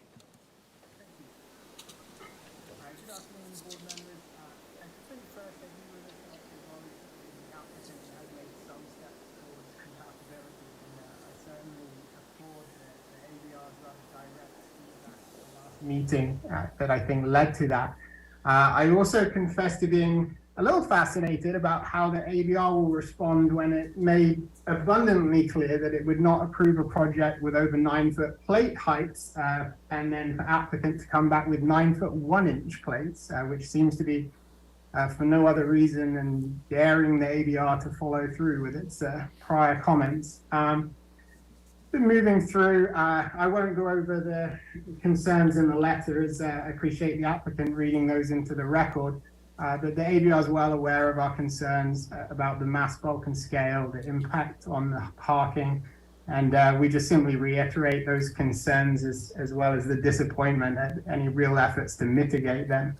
And I believe the ABR at this point is also well aware of our view of the city's designation of Haley Street, which seems to lack any joined-up thinking of how these developments are going to impact the neighborhood residences and businesses. And I think really just on behalf of my client and also speaking as a resident of Santa Barbara myself, I don't think anyone can accuse this board of not caring. And I really do appreciate the struggle that the board clearly has with projects of this nature and dealing with the competing interests, the importance of protecting the neighborhood, considering those compatibility factors and weighing them against developers who seem to view zoning ordinances as a goal rather than a limit. And so with that in mind, you do have a very clear record of our objections. I'm interested to see where the board falls down on this. And so we just leave it in your hands. Thank you. Thank you very much. All right, thank you. I don't see any more hands raised for this item, and so I did want to just go ahead and acknowledge we did receive written correspondence from Richard Lloyd on behalf of Platform SB LLC for this item. With that, I'll turn it back over to you, Vice Chair Six. All right, thank you, and I will close public comment. Just by the way, 9'1" is by nature of the building materials, the number of top and bottom 1.5 inch studs and minus the 5/8 chipboard, so it comes out to 1'9" as a building standard. Hugh, do we have any questions of this applicant? Thank you, Vice Chair Six. I just have one question, Mr. Gear. When you, on the west portion of the property where you reduced it by 2 feet, was there some loss in square footage to that first floor or upper floors? If so, can you show us in plan what happened? Absolutely, yes. Thank you for asking. So I'll start with the first floor plan. Thankfully, we had some generous circulation spaces through the storage areas, and we were still able to maintain circulation and sizable storage areas for each unit while squeezing down that area substantially. At least half the reduction came from the storage area, simply squeezing in slightly. Other than that, I believe I ended up losing 3 inches, maybe 4 in width from each of the units. And then as we move up to the second floor, this is where things got a bit tighter. We need to maintain a 36-inch clear to have a balcony.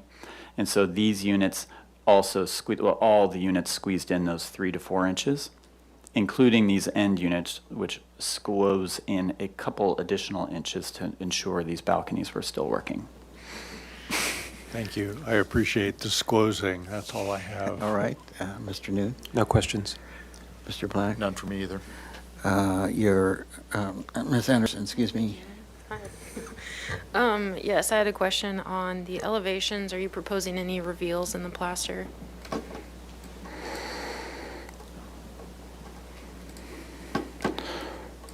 Thank you, Ms. Anderson. At this point, we don't. Well, let me ask how you mean by the terms of reveals. The intention is that we have expansion joints? Yeah, expansion joints or or breaking up decorative. the elevation Okay. or decorative, yeah.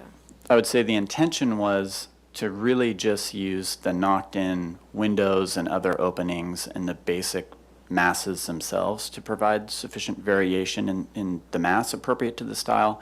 In terms of expansion joints or other finer level details, we haven't developed those at this time. Okay. And I noticed there were no details for the guardrails. What is your thought process on where the wood would actually sit within the plaster? Got it, thank you. At this point, the intention is that we would have probably steel mounts on the buildings. Imagine a bracket that's mounted to the building, vertical bracket, such that our 42-inch high guardrails can simply be nice, clean, horizontal boards that span those openings. A couple of those openings are a little long. We may end up with an internal a support at some point. That's the intention now. Those are my questions. And a vertical and a horizontal spacing between the boards? To be developed, and your board will certainly see that in the details. Right. As of, it began with a 3/4 inch gap between the boards. Okay, now we did see, we're getting close to considering the project design approval. Did we see typical window details and so forth, which is required? I thought we did. Yes, thank you for asking. Those details where we have the recessed windows are just showing the bullnose corners at the sill and the head. If I remember, the windows were aluminum. Intentionally, yes. I wouldn't, we haven't specified the windows for certain at this point. The intention is to use aluminum if we can find, sufficient energy. If we can find the right windows that are aluminum. The worst case would be that it would be a factory finished vinyl window, color integral. Okay. I don't know whether that would matter to any of us about sign approval. All right, so is anybody prepared? Well, okay, so that's our questions, comments. Ms. Anderson? comments. No comments? I think it's ready for PDA. Mr. Black? Yeah, I would agree, and I appreciate the modifications that you've made. I think it makes for a better project. Yeah, same. I appreciate that you listened to us and really took a deeper look at this, and I think it's ready for PDA. Yes, thank you very much for working with us on this. I think that it's much more successful, and appreciate shrinking it up to provide more landscape. So I think it's, in my opinion, it's very ready for project design approval. Does anybody wish to make that motion? And I don't know if we have any caveats to that, do we? I think we can just do a blanket project design approval and see you back indefinitely. Does anybody have any nuances that came up? I don't remember any. Are there findings you need to put on the record? Yeah, of course. But not any specific regards to the conditions to the project. So is anybody willing to make a motion? I'll move for project design approval and find the project compatibility findings, that it's consistent with design guidelines applicable to this location. It's number 2, it's compatible with the architectural character of the city and the neighborhood. Number 3, it's appropriate in size, mass, bulk, height, and scale. Number 4, there are no adjacent landmarks or historic resources that we know of. Number 5, it does not impede public views of the ocean or mountains. And number 6, it does have appropriate use of open space and landscaping. I'll second. Yeah, under further discussion, Ms. Anderson, back to number 2, I think. Can we say that it's compatible with the character of the city and the neighborhood, given that the larger neighborhood, including several blocks each way, has several has eclectic architecture? Sure. I think that's Yes. important. Okay, and that would be a indefinite continuance, Okay. correct? Yeah, I just said project design. Okay, the seconder of the motion, that's okay with them? Yes. All right, now we have a motion on the floor. All right, I'll go ahead and take a roll call vote. Vice Chair Six? Yes. Board Member Anderson? Yes. Board Member Black? Yes. Board Member Noon? Yes. And Board Member Whalen? No. Okay, motion passes. And pardon my interruption, Mr. Chair, for the record, if I could ask Board Member Whalen to explain why the no vote? Certainly, I wanted to stay consistent with my previous vote in that I do not think that it meets compatibility guidelines clearly stated in those guidelines that are areas without distinctive architecture structure should be designed to lead the area toward Santa Barbara's distinctive built environment. I don't think this does not really appear, to my mind, to be Spanish colonial revival. Furthermore, it doesn't complement the existing buildings, nor is it cohesive in height, scale, or character to them. its livability and quality of life for residents is questionable, if not negligible. Thank you. All right. Thank you. And then may we also announce the appeal Yes, period? this was a appealable decision, so anyone who wishes to appeal this decision has 10 days from this date to process that appeal with the city. So, moving on, item number 3, 35 Anacapa Street. This project consists of a new 3-story development on 0.5 acre vacant lot located in the southwest corner of Anacapa Street and East Mason Street. The proposal includes an airspace condominium map for development of one building consisting of 2 small 6-room hotels, corner market, bodega, a restaurant, 2 tasting rooms, and 15 parking spaces. The project would require a coastal development permit, a development plan, 2 conditional use permits, and a vesting tentative map. So no appealable decision will be made at this hearing. Project requires compliance with the project compatibility analysis and the following guidelines: the urban design guidelines and the outdoor lighting design guidelines. The project was last reviewed on November 15th, 2021. So with that, I see our applicants are here and smiling. So if you would go ahead and make your... Good afternoon, Mark Kirkhart, Principal Design Arc Architects. Melissa Turner from Design Arc, Senior Project Manager. And we also have here our owners and also Troy and Scott, our landscape architect. Welcome. Thank you.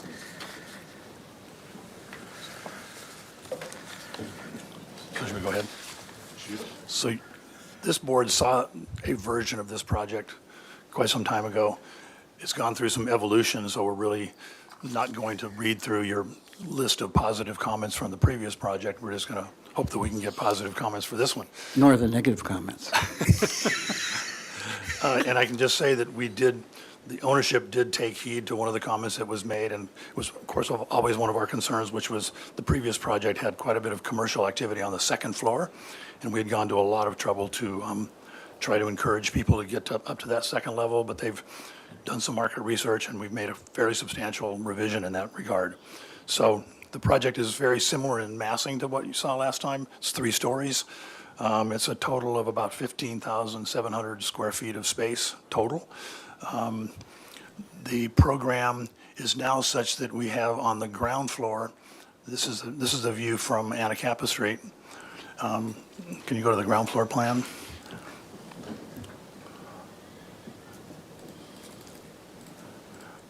You don't need to see photographs of the neighborhood. Is everyone familiar enough with the funk zone?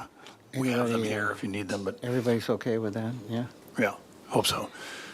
So on the ground floor, we now have 2 additional small wine tasting or other small commercial activity. You can see on the south there, we added a small space with a large patio out front. That portion of the building in the previous scheme used to extend all the way out to Anacapa Street, so it has a really nice patio on the front that we're proposing a mature oak tree. And now that's the driveway entrance. It's a one-way garage solution now. We have the entrance off of Anacapa and the exit off of Mason. So the parking is wrapping around behind just as it had before. In the middle of Anacapa Street is a medium-sized restaurant that is located on 2 floors. So you have the ground floor entrance. It has its own elevator to go to the second floor. It's got a mezzanine, a big opening to see through to the second floor. There's another bathrooms and kitchen and so forth for the restaurant, as well as patio dining along Anacapa Street. Then another small tasting facility on the corner that is set back for a kind of a courtyard on the corner, and all of those spaces also have outdoor opportunities. We're proposing some little Parisian-style chairs facing straight out onto the sidewalk with little small tables in between for people can enjoy until the ABC decides to change the rules. We're hoping they stay the same as they are right now, the relaxed state. Then also along Mason Street is an entrance to the bodega, which is a small corner store, perhaps a deli. And then just to the west of that is a small private lobby that is for the hotel.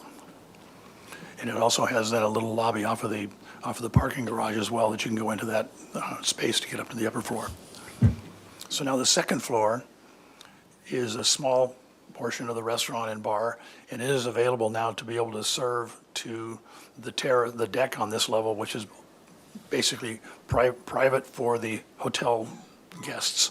So you see the second floor of the restaurant there with outdoor dining facing the ocean on the south, as well as street frontage dining. And then on this level is also the lobby, private dining for the hotel, all the hotel back of house, including bathrooms for the people using the pool. There are 2 owners' units on this level. And we have, as it said in the project description, we have 2 6-unit hotels on this property. This has been cleared through the planning commission that we visited after we saw you last time. They agreed that we could do an airspace condominium on this site and basically have 2 ownerships of the hotels with individual owners' units, but they could have common amenities. So that was determined by planning commission. So on the 3rd floor then, we have the 12 hotel rooms. And you'll see when you look at architecturally, the one thing that the planning commission was pretty clear about is they wanted them to look different, so that it wouldn't be just, 12 hotel rooms, even though they're owned separately. So you'll see when you look at the architectural character, first of all, the floor plans are different. The architectural kind of approach is different. They all step back from the westerly property line. They all have large outdoor private little gardens with fire pits. Not gas fire pits. They'll have to be tanks on those, and we can't plumb gas in. I guess we'll only have gas for the kitchen, for the commercial kitchen. That's it. We're really planning on making this a demonstration project in terms of the sustainability approach. So we're going to really overreach in terms of photovoltaics, solar, very energy efficient throughout. So there's also you can see some decks on this 3rd level, common private areas with jacuzzis and so forth. So we can go to the elevations.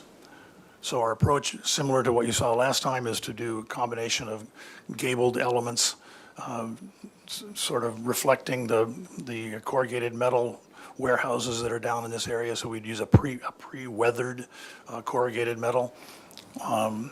And you can see that now with this kind of aerial view, we got some green roofs, and we have we have enough height in the garage that we can have some very large trees on that 2nd floor with planters that'll hang down into the garage, as well as the pool doing the same thing. So the whole idea is that the massing stepping back from the corner, so it's really 1 story on the corner, and then it kind of steps back. The only third floor piece is that one that runs along the westerly property line. So we think this kind of a collection of, like a village of buildings that are stacked on top of each other, we think helps break up the massing nicely, gives a nice view from the street. We have some photo sims. As you know, this is right across the street from the Beacons building, which is like well over 60 feet tall, where we're at right at 45. This shows it in this photo sim. You can see the Beacons building right across the street from us. So this is a view around on Mason. So that'll be the exit from the garage there, as well as the secondary emergency exit egress coming down through that kind of filigree of rusted steel. And that's the entrance into the bodega. The city has actually approved our idea to have a bicycle, what's it called? Bike corral on the corner there in lieu of parallel parking spaces, which we think is fantastic. This view shows the corner with the overhead rolling door and pushing that element quite far back, so we have a nice patio on the corner with a big oak tree. There was some interest last time about an art program. We're still in the process of developing that, but the ownership is intending on having not only 3-dimensional sculptures, but an art program that might include some basically murals on the building We also have on the first floor plan, when you come in from the garage, we've got kind of like an art walk where we're going to have a curated, long, linear, glass enclosed gallery, if you will, for people can display art. I have Scott here from EPT Landscape to kind of take you through the landscape concept. You can Sure, take it from great. there. 7 minutes is more than enough. Good afternoon, Scott Capps with EPT Design, landscape architect on the project. So Mark really walked us through a lot of the exterior spaces. The goals here at the ground level are really to activate the street frontages. We're doing that with the bulb out at the corner, pulling really the interior spaces out and activating them with various types of furniture, as Mark mentioned. A couple items to also mention here. We are proposing the removal of 2 existing street trees. We're mitigating that with the addition of 5 new street trees. We've already taken this through the city and have gotten approval on this, and we'll work with them on the final tree selection that they would like to see. Yeah, and really at the southwest corner there, as Mark mentioned, this large oak tree kind of anchoring that outdoor space. And as I get into planting here in a little bit, you'll kind of see how that ties into our overall planting concept.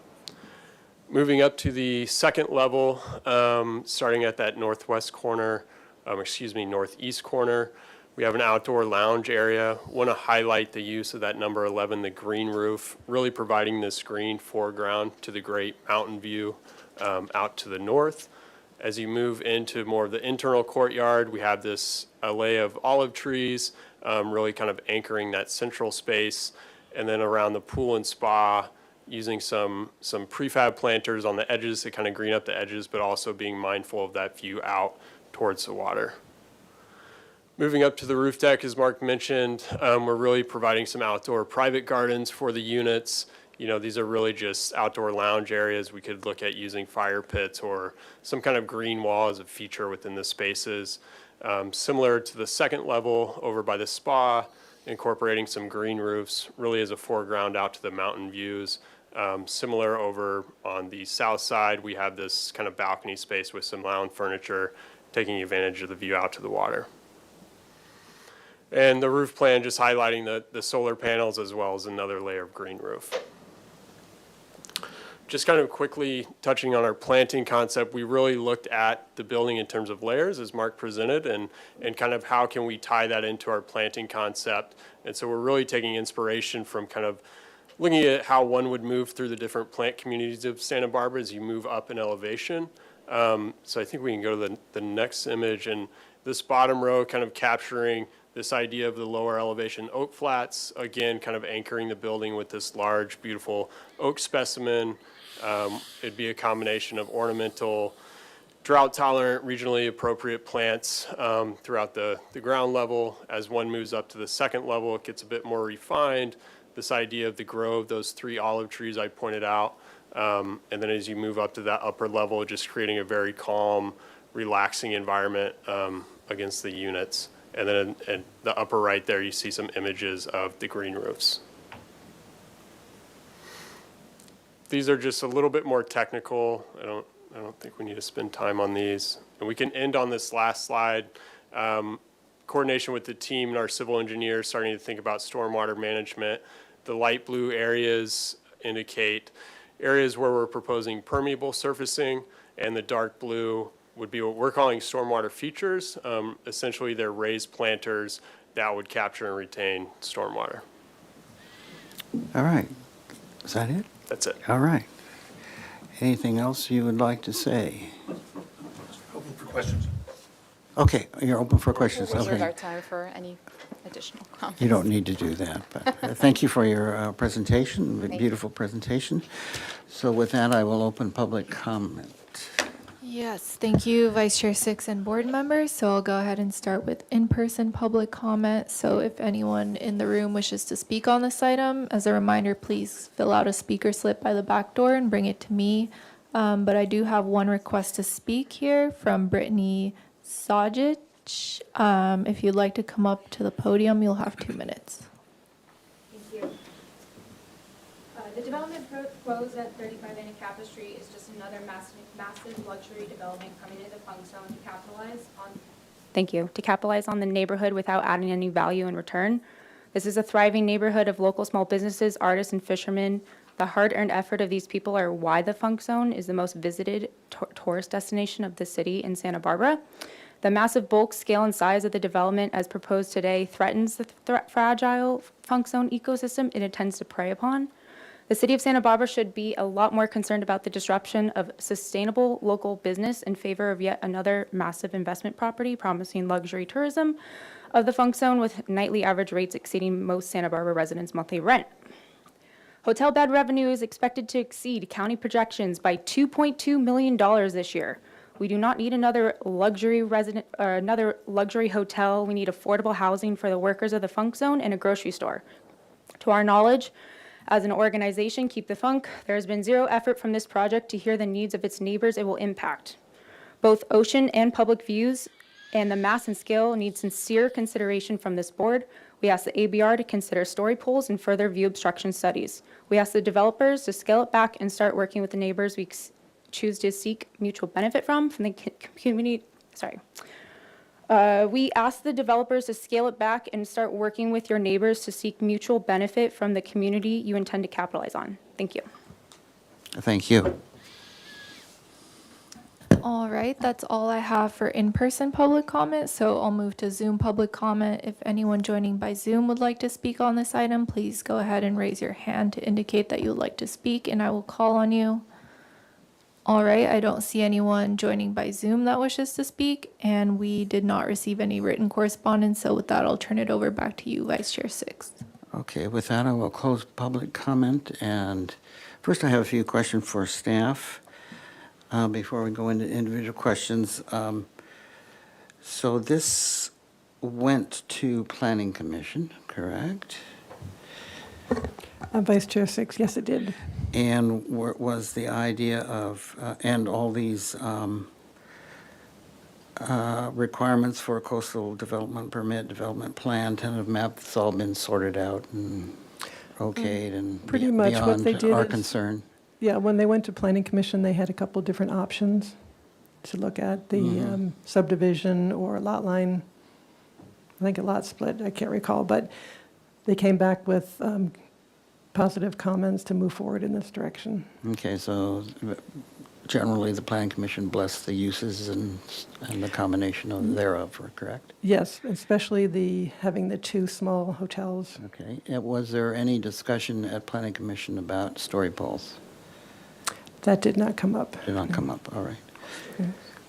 Okay, very good. So with that, we'll go into questions from the board. Anybody wish to start? Mr. Wayland? Sure, Vice Chair Six. A couple of small questions. The hotel rooms are only glazed on that entry portion? They have no other openings? Well, let's go to that plan. They have 6 of the units have a bathroom that faces west that has a small little outdoor space that you can walk out onto on the west.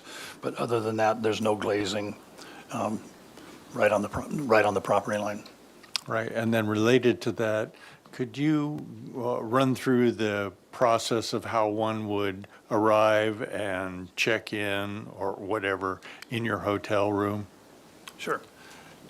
This is undoubtedly going to be utilizing some of the newer technology in terms of people checking in with being texted or emailed a QR code to get into your room. But essentially, there's a small lobby on the ground floor that can be reached by pedestrians that are walking over from the train station, for example. Or if someone were to park on the ground floor, stay on the ground floor, if someone were to park downstairs, they could enter through that lobby off of the garage, and they would go into the elevator and go upstairs, which would take you to the lobby and lounge on that area. That's a two-sided elevator, two-sided doors, or doors on two sides of the elevator. And so checking in there, they could either go in the elevator and go up to the 3rd floor, or if they wanted to, they could go outside and walk up the stairs to the 3rd floor. And then they would enter their room through the private kind of little courtyard. There'd be a gate on that, full-height gate, with a locking gate, so it'd have the same key and capability as the room itself. So you can see we have a combination of either on the units to the right there, those would be like a wand door type of a situation with a single man door in it. And then on the rooms to the other 6 going the other way would have a man door and then maybe a roll-up door of some sort out into that courtyard. So these, by the ordinance, these rooms are limited to 300 square feet. So that's a pretty small hotel room. So you can see, I mean, those are shown with king-size beds to give you an idea of scale of the size of the rooms. Does that answer your question? Related to that, could you go to the Mason Street elevation and show that entry door? It's next to the garage exit. Sure.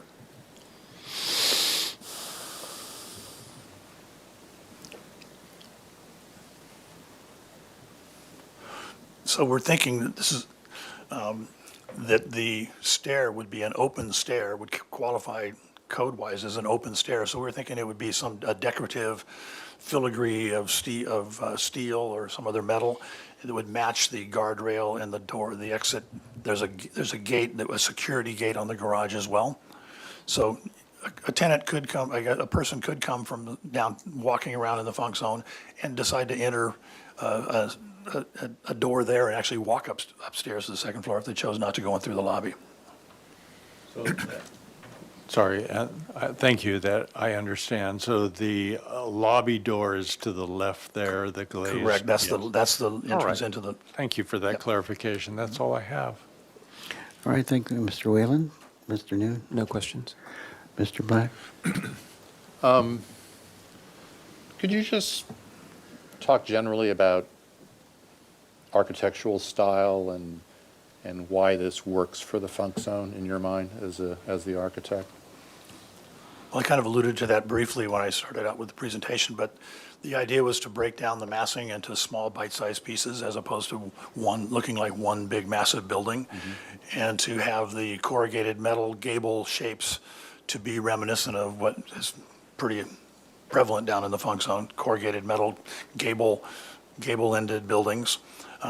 We decided to maybe do a little bit more, slightly more modern approach to that. We're thinking of using a pre-engineered steel building with the tapered wide flanges and so forth, but maybe with expressing that structure, but having the glazing inside of that in more of a simpler butt joint, more of a modern. So the idea is it's blending the historic material, the historic forms, with a slightly more modern approach to the glazing. And then we've also coupled that with buildings that would be covered with a dark stained cedar, something more reminiscent of an old, what could have been an old barn down in the days before they got torn down there. I mean, this used to be fishing boats and, in the history of it, right? So I'm quite sure there were old wooden barns down there that are no longer existing. So the idea was to kind of have those two materials play off of each other. And we're using quite extensive, you can see there on the corner, there's an overlooking kind of courtyard there that sits back. We've got a trellis over the top of that with some decorative lighting. The restaurant has both dining on the sidewalk level and on the upper level. EPT came up with a great idea of stringing some stainless steel cables and getting vines to crawl up to get this kind of a looser, warmer texture along the sidewalk, which we think could be really successful. And once again, it's kind of in a random kind of way. Does that answer your question? Yeah, thank you. That's the only questions I have. Thanks. All right, thanks, Mr. Black. Ms. Anderson? So is the parking just for the hotel? Is that? Yes, that's and all why that's there's required gates to be on? parked. Okay. And so there's no parking lifts proposed inside? There are not parking lifts proposed. In a previous iteration, there were. Okay. But in working with staff, we concluded that we only really need to park the hotel rooms. Cool. And for the solar panels, have you studied or are you considering like batteries for this as a backup, or are we just doing? not sure Undoubtedly, yet? we'll get to that point. Yeah. As I said, our client really is committed to, really pushing the envelope in that regard. We haven't gotten to that level yet. Okay. We have a consultant that we've brought in, a sustainability consultant, so we will be looking at all that. By the time you see this, Sure. you'll know a little bit more about it, as will we. Yeah. I just know they take up space. That's what I was asking. And then are the olive trees in raised planters, or are they in raised? The good news is, as I mentioned, we've kept our podium at about 14 feet so that the ceiling heights for the ground floor commercial are taller which I think is appropriate for a Thank you. commercial space. That gives us the ability to drop the planters, so there'd be like maybe at seat height, 18 inches, but they'll be able to have the 4 or 5 foot of depth can be dropped through the podium. And that's the same thing with the 4 foot or 3.5 foot deep pool. We'll be able to drop through the podium, so it'll be flush and not have to be a raised pool, which we think will really make that much more enjoyable. And that pool basically goes over where the driveway goes into the garage. And we need, of course, to keep 8'2" for our ADA vehicles Okay. on that level, so we can manage that. And what is the roof pitch on your gable forms? I think it's a 4 and 12. It might be 5 and 12. It's right at, we're basically just below the 45-foot height limit. And it's adjustable. But, you can see on the second group of hotel rooms, that's a shed-shaped roof as opposed to a gable. So we have the two gables, and the sheds, and the flat roof. Okay. And then, are there any other, I guess this might be a question for Mr. Capps. Are there any other plants that would spill over the edges besides the ones that are growing on the vertical cable? Yeah, we've talked about incorporating those into the green roof as well. And so at the ground level, you'd really kind of activate, especially this corner, and you'd see planting spill over and kind of grab your eye and pull you up a little bit. On the first floor, or on the second floor? Those would be, excuse me, yeah, on the second floor green roof, and they would spill over that edge. Got it, Yep. cool. Okay. And that was, and I saw in this proposal that looks like there's glass rail on these, is that the south side? On the pool? I don't think, maybe, let's look at that elevation. I don't believe so.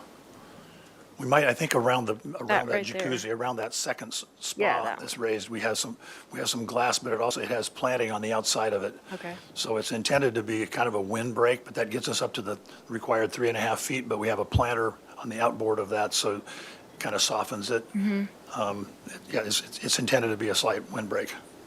Okay. Otherwise, you can see it's horizontal members on the railings up above there. It's not going to be glass up there. Yep. Okay, those are my questions. All right, thank you, Ms. Anderson. As long as we're on this, there is enough, we see a vine creeping on this one wall toward the beer garden. Is there ground planting, and what dimension and depth is Yes. that? We've set that back, I think, about 18 inches from the property line, just enough to get Great. pockets for like ficus repens. Super. That's the other elevation, by the way, that we were thinking, because we have enough space to possibly have a series of art pieces on that wall as a part of the art program, because the ramp that goes up to the beer garden we kind of show here is right in front of that. So it gets a lot of visibility from the Cabrillo Boulevard. So that's Good. Okay, so in regards to, did you or Mr. Kemp? Cap. Caps.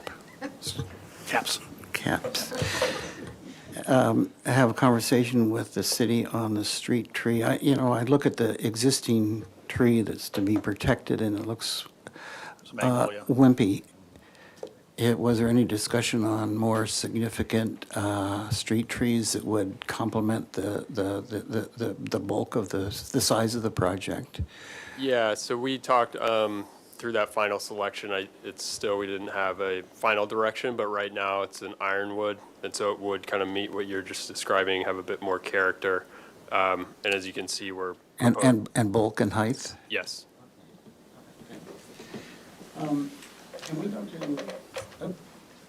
Can we go to your straight-on elevations, your colored ones? Good, you zoom in on any of them. There's reference to an M3, and it's a dotted line. That's, Yep. Is that, there's no M3 up there. Is that just What was it pointing? dotted? It looks like it's, It's Corten, it's either going to be pre-weathered corrugated metal if it's a metal, or a Corten steel. okay. So it's just, it's one in your family. It just looked like a errant note. Now, the beam and column material, especially on this west elevation, in your second-story dining and down, what material is that? I didn't see. Steel, Corten steel, Again. tube steel, L-shaped tube steel with, the top one has a solid roof over it, so you can be out there when it's, when it's foggy. Okay. And then the balcony railings at the Anacapa balconies, that's the same thing. Oh, what are the railings at that Well, point? and that would be that's horizontal, dark stained cedar. Cedar, okay. So that's, we're picking up the material from the other like kind of cubic architectural elements on the corner and bringing some of that wood into the railing. Okay, then the fascia and the planter box at your extended On the second canopy, no, ground floor extended on the corner here. Yeah, right there. What? Oh, that's board form No, concrete. the fascia, the Oh, the roof fascia line. up above? Yeah, above and. That would be, yeah, that's bingo. metal.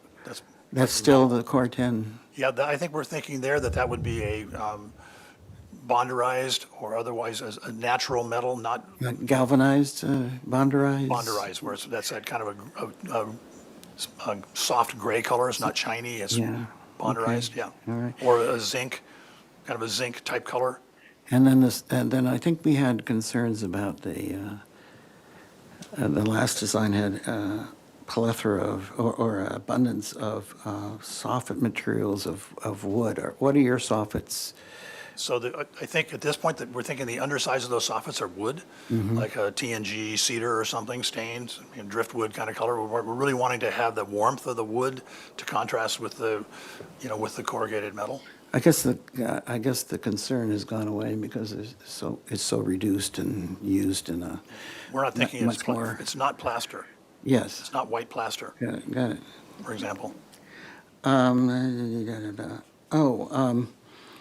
I think it's a great idea to have graffiti on the transformer. Okay, like pre-graffitied. Has that been passed by Edison? Oh, yeah. Of course. Oh, yeah. I went right to the top, right to the president of Edison. No, that's, We'd love to see. that just might happen to get tagged. I don't mean, know. You want us to take that off of there? No, I think it's a great idea. And I know this is a functional thing, but sometimes it does inflect upon affect the architecture. I hate to do it, but have you confirmed the trash pickup with Marlboro? Are you going to have to take all your carts and so forth out on the street on the day and so forth? We have it located such that, the overhead doors on those garages will be opened all, during the day up until some time at night. But you can see right inside of there, that's our trash. Yes, I We have a do. trash chute from up above and trash right there. And so Marburg would come and they would roll them out to the street, pick them up and roll them back in. Okay, so it's bing, in and out. Okay, In and out, good, yeah, good. not leaving them on the street. And then one last question, back to the elevations. I was confused. I got very excited because I saw in one call-out steel sash windows, and then on another call-out, I saw a frameless system.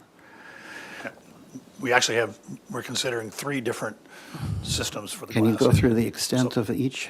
Yeah, so blow up the restaurant, so the restaurant, the block in the middle, we're thinking that's an industrial, like a steel sash type All of what I see here? for this entire building. Okay. It, Because I think the arrow that goes up is on systems, frameless systems.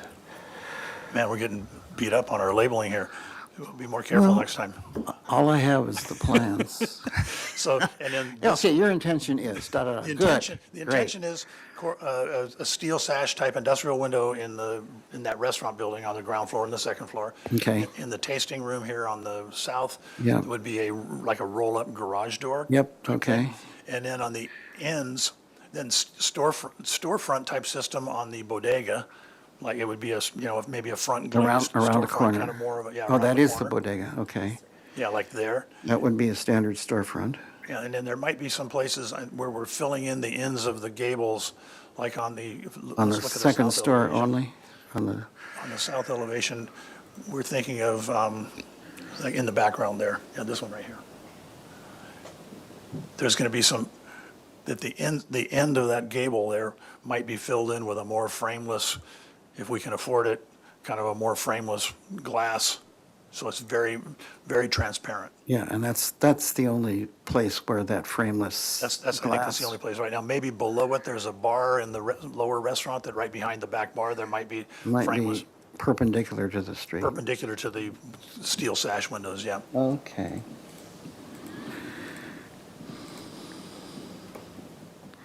Okay, I think those are my questions. So does anybody want to go first on comments? Okay, Ms. Anderson. Okay, I really like this project. I think that the materials are appropriate for the location. I think the massing is appropriate for the location. I think that having a lot of the dining out on the street is appropriate, and especially for this location. I think you could consider hardscape design just to reinforce the uses in the different venues, and maybe the entrance on the corner to delineate that. I would study the glass rails and maybe how you finish them, if they're frosted or clear, and maybe just study that. I think there's appropriate spaces for landscaping. I think it's been very thorough and thoughtful, and those are my comments. Thank you, Ms. Anderson. If I may be so rude to jump in for a question, the green roof areas, those are required for your sustainability maxed or your, First of all, we like them, and second of all, we're using them for part of our stormwater system. great, okay. Mr. Black. I'd agree with Ms. Anderson's comments. I think, I really like it. I think it's size, bulk, and scale-wise, as she said, and I think the proof really is in, I think your material choices are good. It's just a matter of how they get finished, because I always think of the Funk Zone as not a bright, shiny penny, but a dull penny, if you will. These are going to be those World War II pennies, you know, the ones that are, Yeah, like that. yeah, like that. But I mean, if you could sort of apply that thinking to this building, keeping the same materials that you've been suggesting, but just making it not a shiny penny. That's our intent. Pre-weather all the corrugated. It's not going to Yes. be like bright corrugated. Yes. Those are my comments. All right, thank you. Mr. New? I really don't have anything to add to that. I agree with both board members. It looks like you're heading in the right direction, and anxious to see it develop. Mr. Wayland? Thank you, Vice Chair Fix. I'm sort of have a mixed reaction to the project as to the mass, bulk, and scale. In and of itself, I think is quite admirable, but I have reservations about how it integrates into the neighborhood and our guidelines. Frankly, I feel the architectural treatment is rather bland and undistinguished without a reference to the place. If you're self-referencing to the funk zone, it's rather elegant funk, which is in and itself oxymoronic. So I'm not quite sure how you would resolve that. I do think that areas without a distinctive architectural character should lean toward our distinctive Santa Barbara style. Finally, I think the entry to the hotel could be stronger, and that's one of our guideline principles, that entryways should be clearly addressed in their design. Thank you. So as, for my comments, I really appreciate the reduction in the program. I think the last one we saw was very problematic. And at that meeting, I commented to have more humble, to meet more compatible with more humble industrial. And I think you've done that somewhat and moved toward that. I really appreciate now that I understand the mislabeling. That most of it is the steel sash, which harmonizes with the industrial, and I would hope that you, even if you have one at the back end of that second story restaurant, I think, just maximize the industrial sash wherever possible. And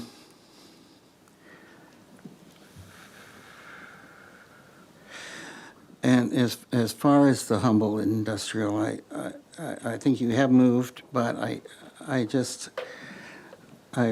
think that the elegance and the modern look of the razor cut Corten, and just simply in its design, could look more industrial and be a unifier and more toward an industrial. So I find it's beautiful, but I think to be more compatible with the humble industrial around it, I think it should be more straightforward, more industrial in some kind of pattern. Just a suggestion, if we're looking right here at this elevation, I know that you have to plop your air conditioning units in that roof well, but if you could have some very light grid of steel beams or something to enclose and complete that form across it instead of having a big hole and gouge in that roof form. Yeah, that's just the equipment for the ventilation for the restaurant. We're planning on using heat pumps that will be suspended inside the parking garage. Understand, but when you look at the top, at the top of that, We can do that. It would be, so just a plain definer that wouldn't get. I get it. That's a good idea. Yeah. Clearance issues, yes, and breathing and so forth, but even if it's limited to a central beam across the ridge, that'd be so much more. Okay, so my wrench. Took a lot of time down there, and I think, when you go up and down State Street, can you go to your images, your street images? Yes. I find that as you go up State Street, especially that first and second block, it is a wonderful experience of the white Spanish. And if you look at your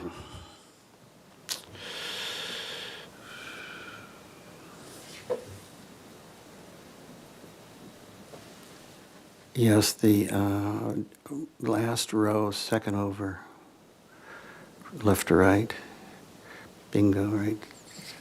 No, last row, down, yeah, right there, bingo. Can you bring that up? Can you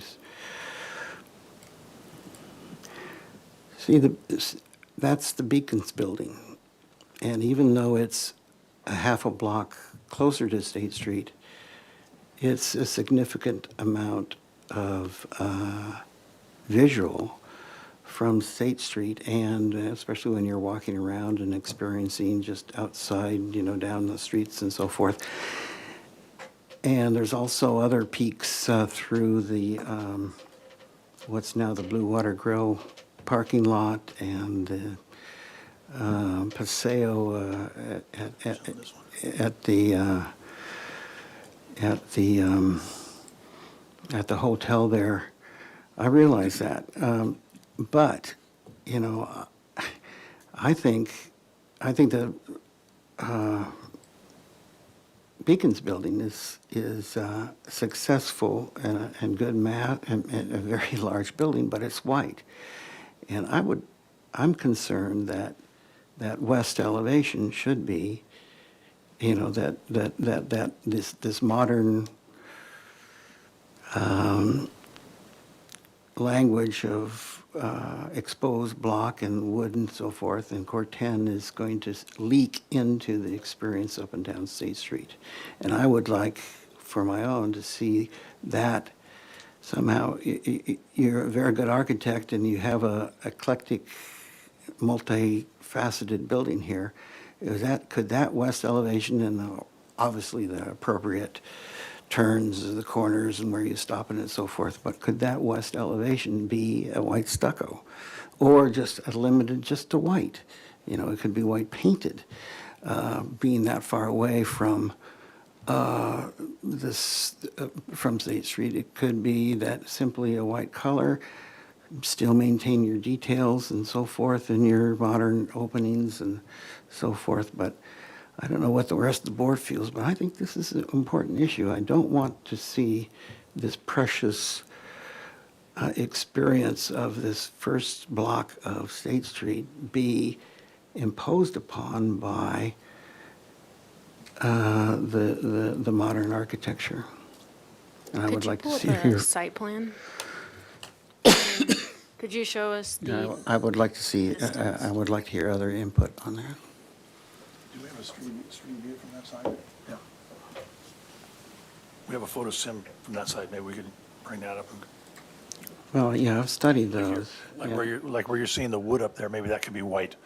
That could be white. that Could- idea. Okay, now, so go back. Can you back to the next one that you had? So see, the one, the image to the right, see that small little building there, set back with a gable end? Yeah, we're not just, yeah, right. Is that what you're looking for? That one right there. So if you look at your images from the street, you'll see that from State Street. And then you'll, you know, so it seems to be important that we, It's something we could study. I don't know if there's, could do it, whether the other members of the board feel the same yeah, way. oh, no, yeah, Small don't voters or react, something don't we can react study. yet. I want to read how others feel because, you know, and you know, can you just back up again? So, oh shoot, we lost that image.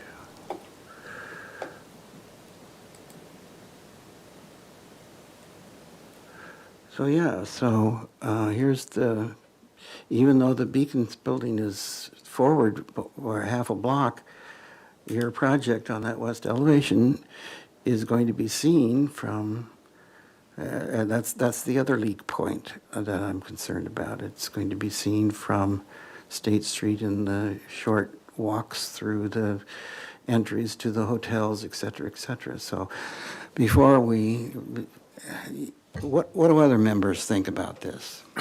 Sure, I'd be glad to weigh in. Vice Chair Six, I think your point gets to the heart of mine, is that this doesn't really express any sense of place about Santa Barbara, even though Vice Chair Six is arguing from the set piece of Santa Barbara. I think it's very important that it be complete, even if not all of the building reflects Santa Barbara style, that those parts of the building that do participate in this image be comprehensive or complementary. So I couldn't agree with you more. Okay. Mr. Noon? I guess I'm going to disagree a little bit. I see the point, but having it, you know, on one elevation and then transitioning to a different elevation, that doesn't seem honest. So I would rather, you know, see more of a pick one or the other, if that makes sense. Yes, okay. I would agree with Mr. Noon, and I'm also reminded of the proposed project on Gray Avenue, which has no homage to Santa Barbara, as I remember it. It's all basically like this. It's sort of a mix of modern industrial, materials and what have you, and that's just the next block over, so, to the east, so. More east, Yeah, one block over. So.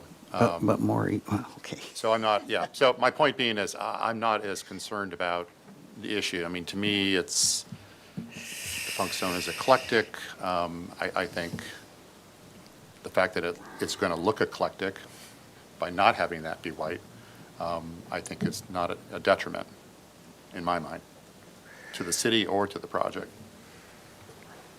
Ms. Anderson? I actually think the setbacks help with this building and they still provide a good pedestrian experience and maybe even better than what's existing. I do understand your point, but I feel similar to Board Member Noon and Black, to where this building should read comprehensive as a development. I think there is ways to complement the architecture across the street with the materials you have chosen, and I think that can be studied further, but I don't think it needs to be the Spanish style that Santa Barbara has on State Street. I'm not saying that. Okay, very good, thanks. Well, again, I think that we have a very talented architect and a very wonderful combination of materials and so forth, and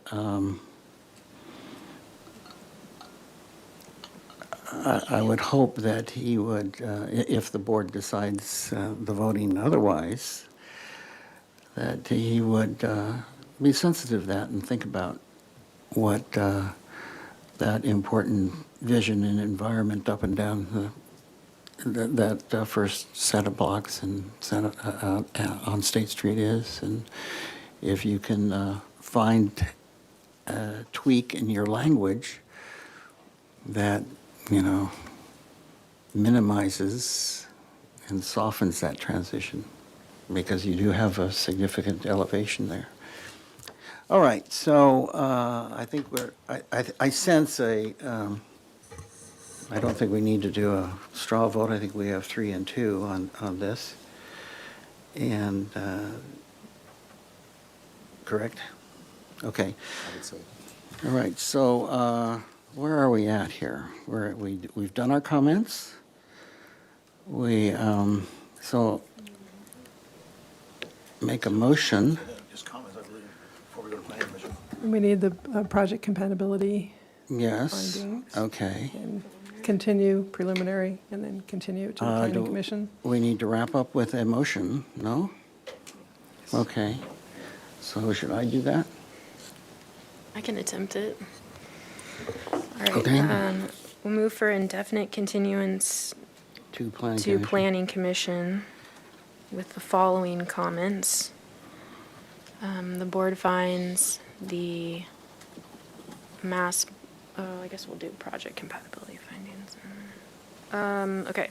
The board appreciates the applicant and architect's design to minimize the mass, bulk, and scale on this property. The board appreciates the attention to the materiality of this project. We would like further study of the finishes to the materials and where they are located. In what regards? The finishes. Towards what goal, may I? Yeah, you can ask. What they're doing to the different metals. And there was some concern about the Core-10 and some of that on the garage doors. So it's just the attention to what material finishes you're using. Not shiny. Right, yeah, Okay. to be compatible with the area, not shiny. With the industrial. With the industrial, sure. Okay, very Okay, good. with the industrial, the humble industrial. No, you don't have to go design. that far. Oh, yeah, I wrote it down. We're going that far. Okay.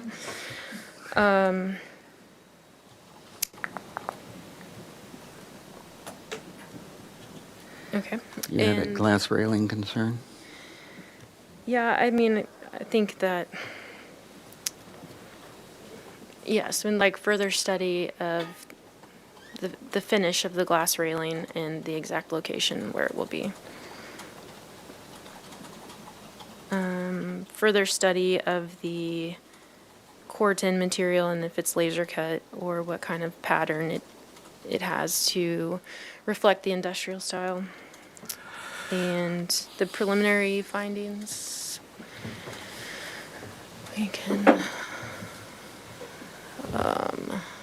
preliminarily, we find that this project is consistent with design guidelines applicable to this location as this area is eclectic in nature. That it is compatible with the architectural character of the city and neighborhood for the same reason. Number 3, that it's appropriate in size, mass, bulk, height, and scale as the applicant has designed it to reduce the plate heights and stepped back at corners, stepped the massing back at corners. There are no public views of the ocean or mountains affected that we know of.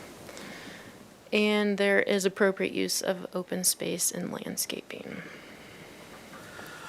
All right, so Did do you I have? skip number 4? Did I? Oh, I'm sorry. Are there any adjacent, okay.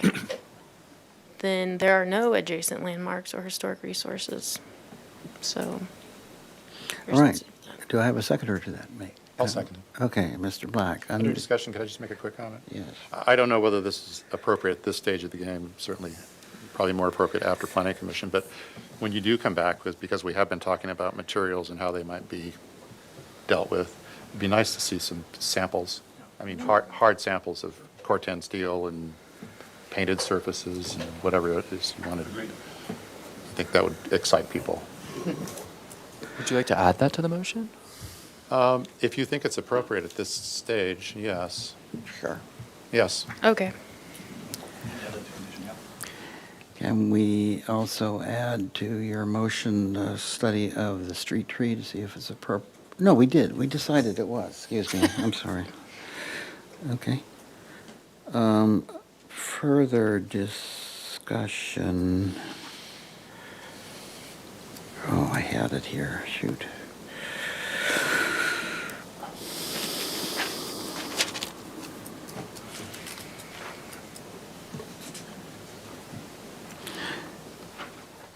Well, that we appreciate the significant reduction from the last presentation of the program and the massing. We appreciate the, oh, that's enough said. Okay, sounds good. Okay? All right. So, and I would like to add that one board member is concerned about the west elevation and its, the fact that it has some places where it's visual from the center of State Street and that it should be more of a appropriate background such as the Beacon Building.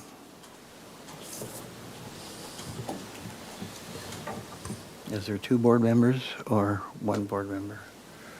Well, they made the motion. You're asking it to be. Oh. You're asking it to be added to the motion, so you have to ask them. Well, it's stated as 1 board member. I think that's okay. Okay. All right, so we have a motion. Take a vote. All right, I'll start with Vice Chair Six, No. Board Member Anderson, Yes. Board Member Block, Yes.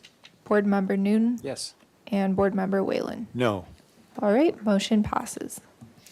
And my reason is for the west elevation and its visual effect from State Street and the nearby surrounds. And my no vote is I don't believe that it meets compatibility findings number 1, 2, and 3.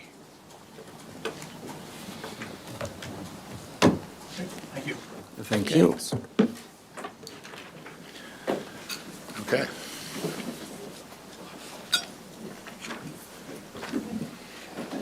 Thank you. Thank you.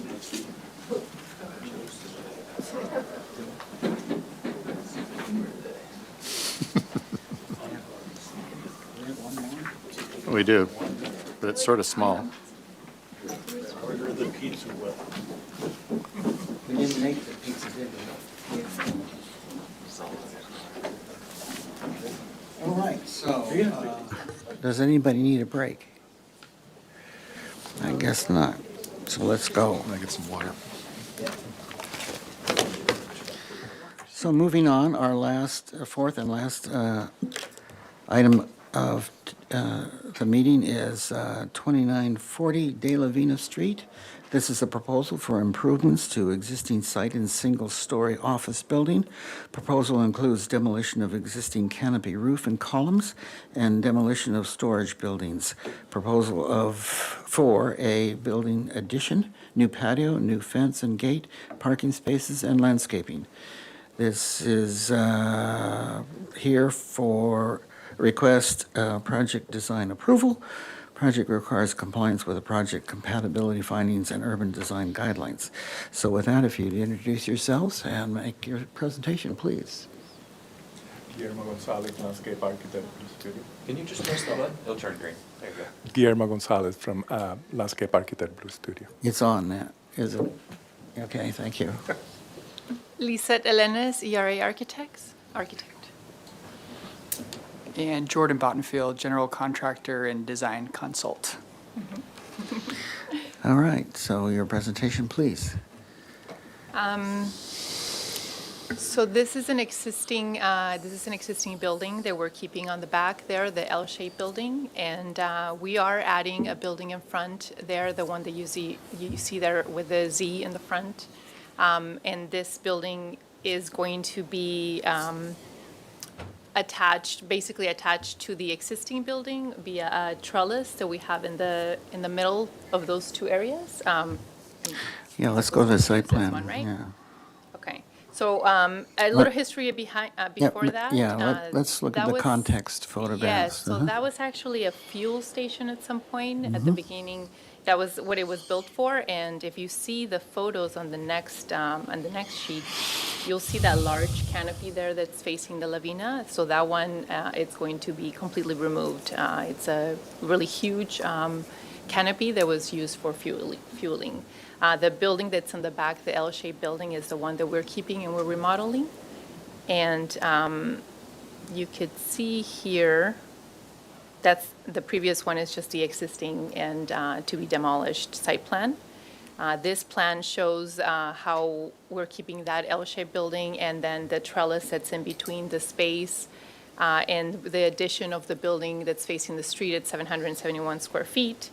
And the parking lot, we are reconfiguring it to make it more like a courtyard-looking parking lot. It is completely covered in pavers, permeable pavers.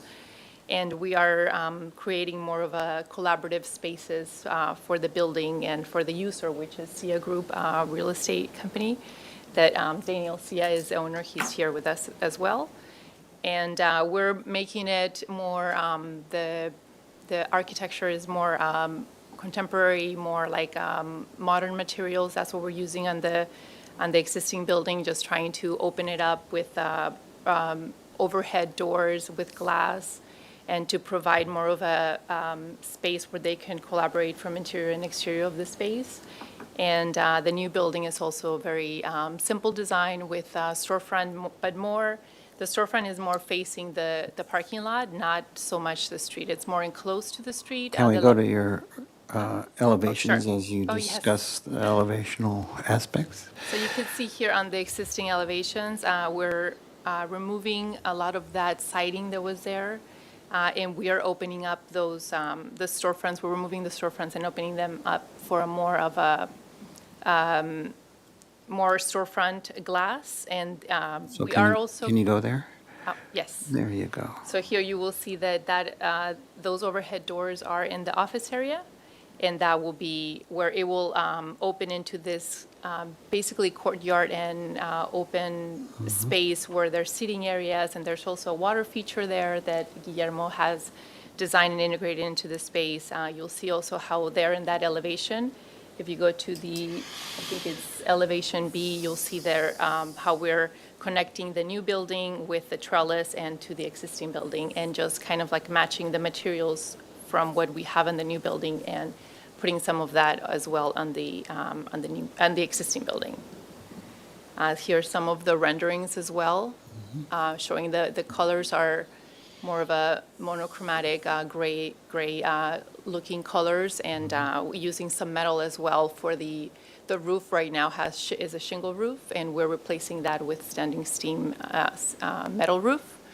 And also the awnings that we're putting on both buildings are also just metal eyebrow awnings as well. The more of the renderings, the stone veneer that you see there is actually existing. We're keeping that, and we're providing, I don't think I've talked about the two residential units that we're proposing there on the back, like hotel units. That's the enclosure that you see on that elevation A. You will see that we have a fence there to provide more privacy for those residential units. This is, on this sheet, you can see the colors and materials that we're proposing for the project. It is Venetian plaster that we will have on the new building, and then we'll provide the same material on the areas where we remove the siding into the existing building.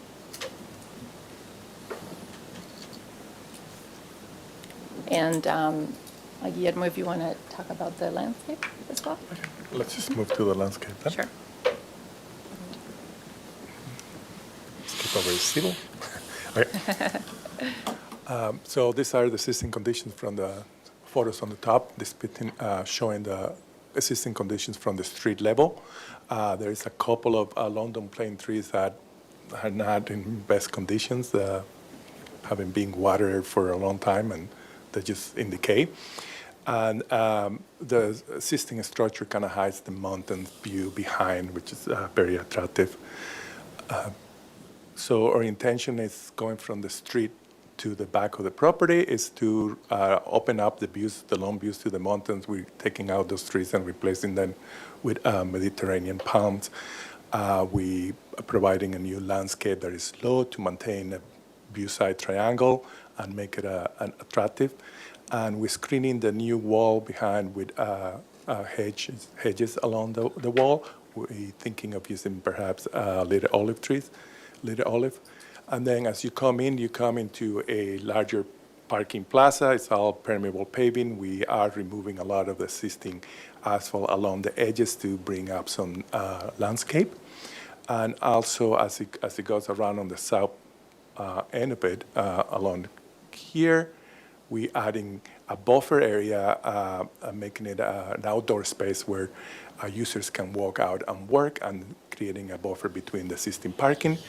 We separating that with a low wall and a water feature and a series of planters and small trees to provide canopy. We also adding a couple of large trees to provide shade in the parking area and soften that big space.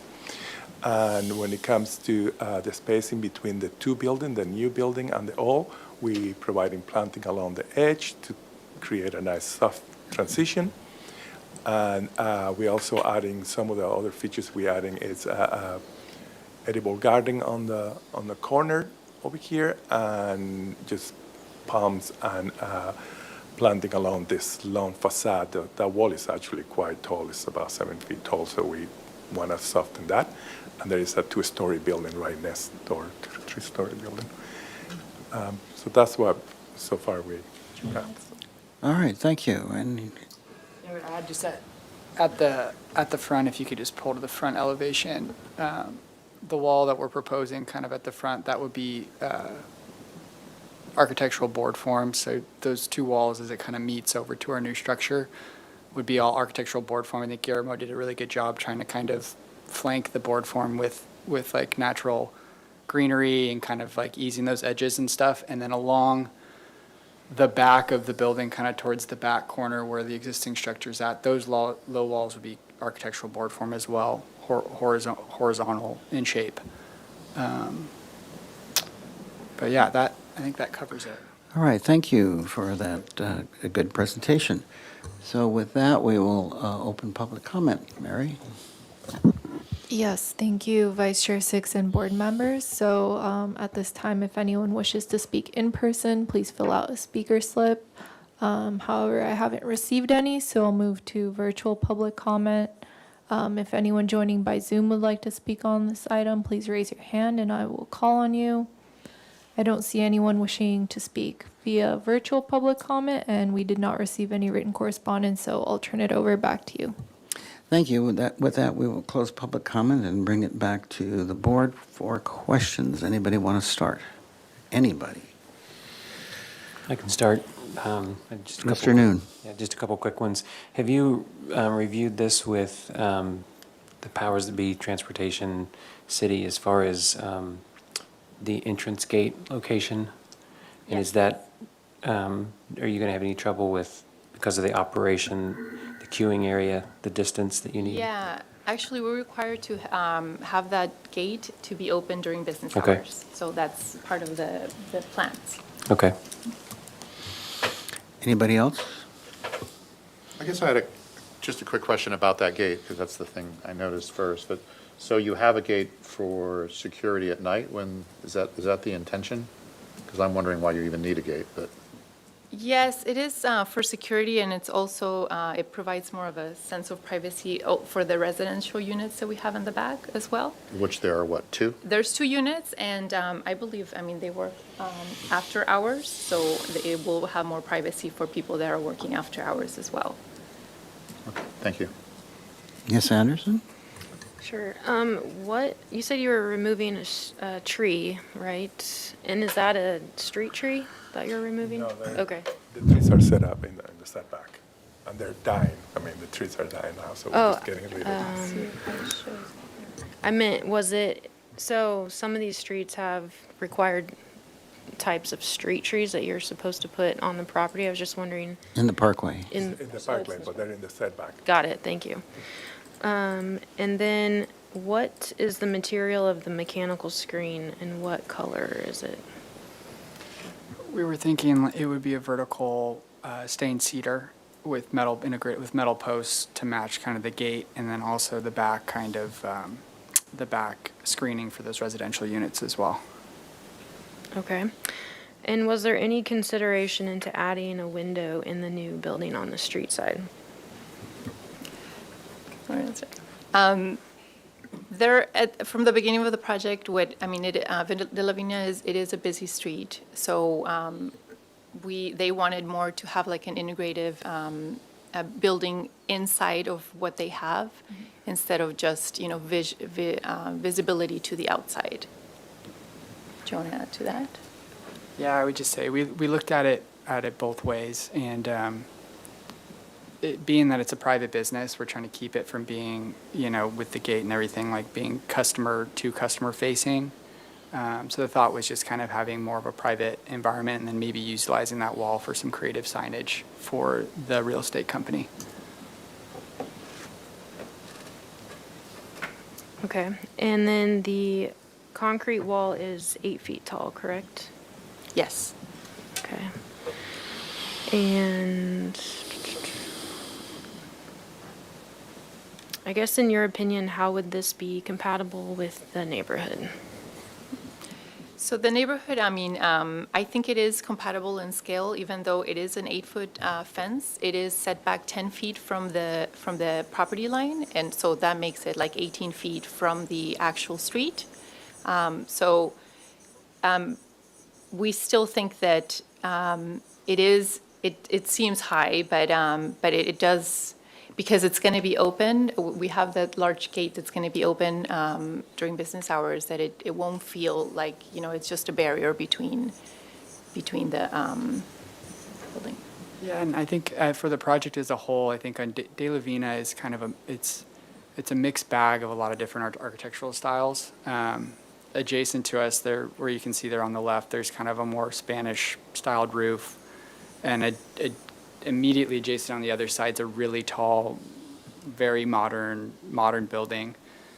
Design Arc's office, who just presented recently is really close right there. They have a really beautiful modern office that's right there too. So we try to kind of blend a little bit of the two, and I think kind of, piggyback off a little bit what Handlebar's doing there right on the De La Vina corner and that mystique of kind of like an industrial space. And just kind of playing into the fact that it is a real estate office, and they want it to kind of have a residential feel to their space too. And what color was the plaster? It's going to be gray or white? Gray.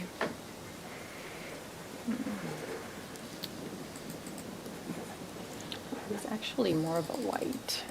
The proposed? The proposed. Okay. I see.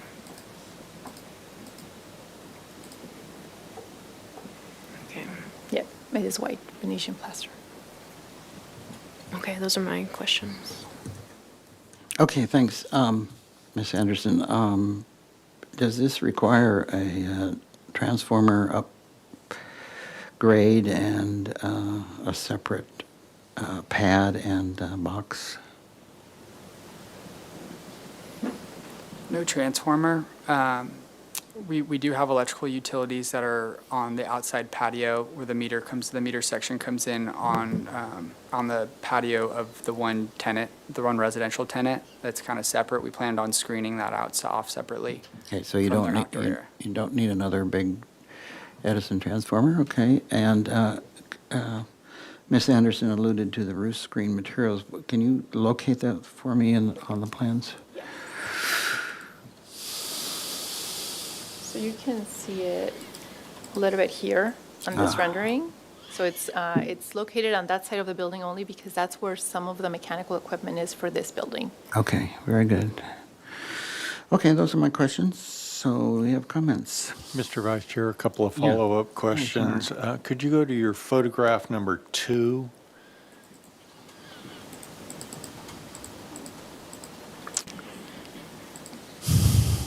Yes. And could you tell us the difference in height between your proposed wall and that existing wall on the left portion of your site? I believe it's actually the 8 feet. Let me see, I don't think it's here on the elevation, but So, very close. is there a change? No, actually, that's the only portion that that wall was already there, the 8 feet wall.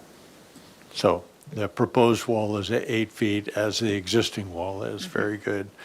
And then your existing photos of the back building seem to show a gray asphalt mansard roofing material. Is that going to change? Which photo are you referring to?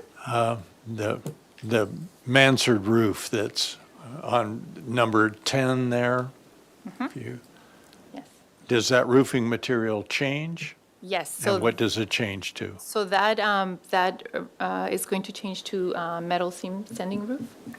And do you have a color sample of that? I'm sorry if I missed Yes. it in your presentation. Yeah, we have it on the color board. So it is just a dark, let me see. So you can see it here as well on the renderings. A dark gray, so relatively the same color that it is, the roofing material is now. Yes, it Thank will be you. the same color, it would just be a more That's all I have. contemporary material. So I'll just move right to comments. This first one is for staff. Really, what this project is about is the elevation on De La Vina Street. I think it's a perfectly lovely courtyard with the paving. I'm glad I don't have to park there. Parking, the stalls look small and turn around, but that's your problem. So I think what I really have issue is the logo as being part of the facade proposal. And this gets into a gray area. Would the signage be separate or owing to this elevation? Is it part of the design? It's a quandary for me. I do think that it is part of the elevation and it is part of the proposal, and to that end, it's a little overbearing.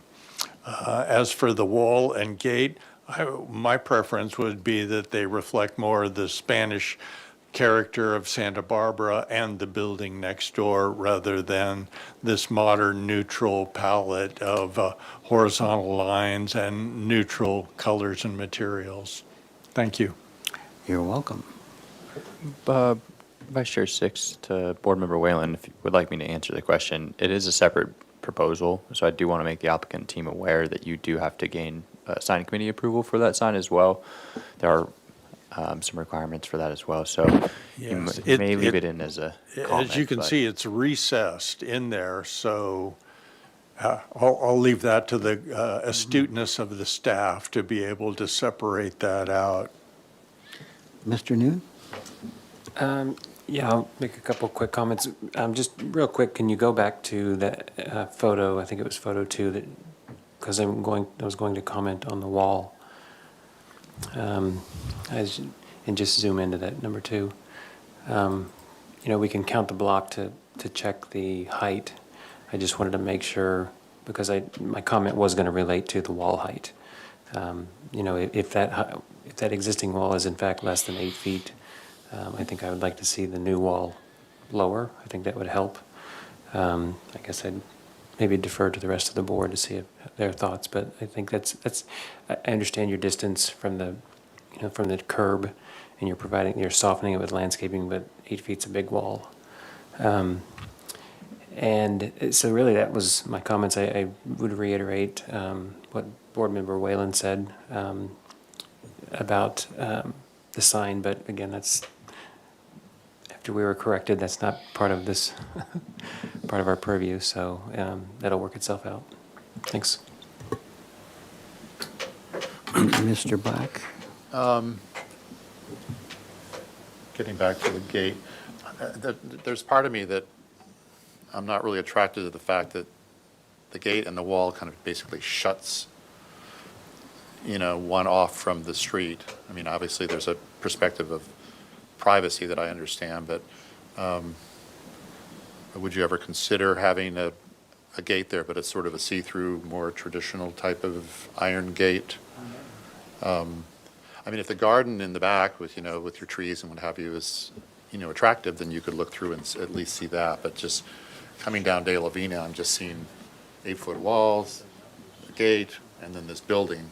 And really, pedestrian-wise, it just you feel kind of isolated, I think. Whereas if you were to at least visually being able to sort of access, obviously during the day, it's going to be open anyway, so why not have a see-through at night too? But anyway, that's just an observation on my part and a comment. But but I think the notion of having the wall sort of match your new building, I think would add to the project in my mind. So, those are my comments. Ms. Anderson? Could we go to the site plan? The proposed.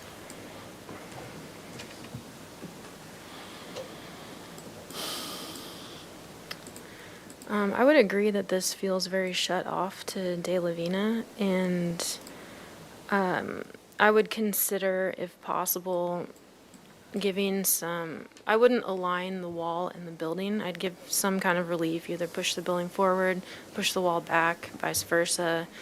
I would consider putting in a window in that building on the De La Vina side. You could do frosted glass, but it can be proportional to the elevation, like skinny and tall. Like, it doesn't need to be a lot. I just think there needs to be some relief. And I think it can still work with your logo and wherever that goes. But yeah, it just feels very shut off and not pedestrian friendly. I understand the privacy issue. I think the gate was definitely a concern, so hopefully it does stay open during the day. And the 8-foot wall definitely seems overbearing, so yeah, those are my comments. Thank you, Ms. Anderson. Yeah, I resonate with a lot that's been said here, that there's no interest to the street. I think it has a compatibility issue. The rest of De La Vina is kind of it's eclectic, but it's not a hard, cold contemporary, and this definitely is. And you referenced the building to the south. I don't think it's something that we want to further repeat, and I don't think it's compatible with De La Vina, and I don't think we should go even further to the hard modern from that example. So I really have a problem with I think I love the interior feelings and, you know, the openness and the way the courtyard is, a parking lot is a courtyard, and the way you've done your openness to the inside spaces. I think that this project could be what's inside is a combination of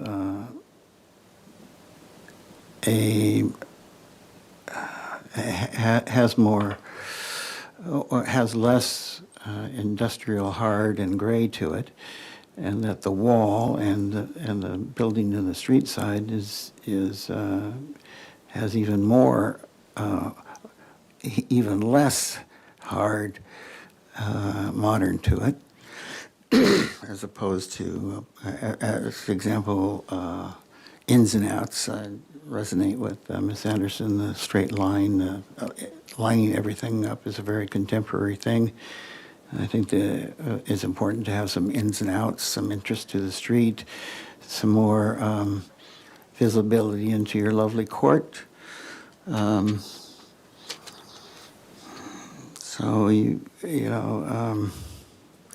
yeah, I think that compatibility and openness and interest to the street is something that needs to be improved here.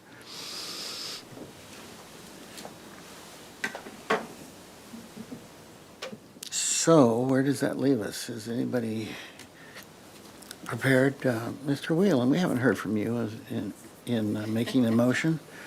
What do you want to hear?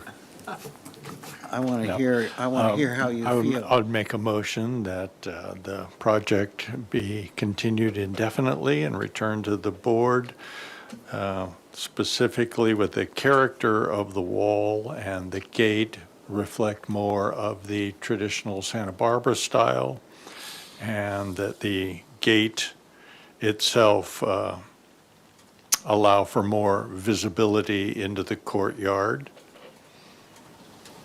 Those are the two important points to me. I'm less in agreement with Ms. Anderson and yourselves about Ins and outs. varying the wall, because I think of a George Washington Smith house that's just one planar wall that meets the street. So those are the two elements of my motion. So does anybody want to second that and under discussion? I would add, maybe just talk amongst the board. The motion includes make it more Spanish. Can we maybe change that to less contemporary, or a version of that? Or both. Okay. Less contemporary, more Spanish colonial. More, can we say more compatible with the More balance of the De La Vina? Or with the traditional Santa Barbara style. Or with the neighbors, yeah. With the neighborhood, yeah. With the neighborhood, yes. I see Mr. Noon's problem. I don't think this needs to go full Spanish, and because we have a street that's eclectic. But so how we're dancing here. It's late in the evening. So how does our readback? Our recorder, yes. So right now I have that continue indefinitely with the following comment: the character of the wall and the gate shall reflect more traditional Santa Barbara style, and the gate itself should allow for more visibility into the courtyard. So we could say Santa Barbara style is the trip up for me. Can we say more compatible with the balance of De La Vina and less modern? Is that okay with the maker? If that's understood by the design team, I could accept that. All right, very good. Did we give you enough direction, I think? Yes. Anything on the interior, it's sold, basically the exterior is. Well, I alluded to a little concern. You opened this, I guess that's okay. And the gates are always open and inside there's this very contemporary. Is that okay with the rest of the board? Yes, in fact, I think it's a commendable design. In fact, I see it as almost a historical thing where the outside, the wall and gate came first and the courtyard came later, and I'm fine with that. It might be, if it was me, I would sprinkle a little of your hard, modern inside with the little nuances of what you do on the outside, but that's just me. Okay, so, Sorry. huh? One more point. Yeah. Sorry to keep going. I just wanted to get the board's take, and maybe it's understood with making the more visibility comment, but the height of the wall. Do we want to include? Yeah, I think that the motion was lacking that more opportunities for visibility and interest to the street. Which means the height of the wall. Well, whatever, it could be the transparency of the wall. Yes. if- Personally, I think 8 feet seems a little high. A little high. For frontage. It's one thing to have 8 feet on a property line between two buildings, but right out on De La Vina just seems overbearing to me, but. I would agree. So specifically reduce the height of the wall to increase visibility into the site. Yeah. Well, and modifying the design of the gate itself, so it's not opaque. Yes, that's the second part, yes. So have we confused the recording secretary enough with that? And the applicants. So I have the character of the wall and the gate shall be more compatible with the character of De La Vina Street. And the gate should allow for more visibility into the courtyard and also reduce the height of the wall to increase visibility into the site. I think that hits all the points. And we would add to the compatible, let's just leave it with that unless, okay. See if we come back with. Good? Yes. You're good? Yes. You're the seconder? Oh, I was, yeah, I'm Brian was good. the seconder. Thank you. Okay. And we have an understandable motion. You've got direction, correct? We got directions. One So question, let's- so on the Santa Barbara significance of the barrier wall that we're talking about, if we lower it and keep the architectural board form, do you think that the architectural board form itself is not in line with Santa Barbara? I would, Yeah, I don't so think it more- is. No, I don't think it's compatible with the neighborhood. no. No. It's more plaster and theme is kind of the thought process. Plaster would be the easiest, yes. No. All right, good. We've got an understanding and we've got a motion. Roll call. All right, I'll start with Vice Chair Six, Yes. Board Member Anderson. Yes. Board Member Black. Yes. Board Member Noon. Yes. And Board Member Whalen. Yes. Okay, motion passes. Thank you, folks. Thanks. Okay. Good evening.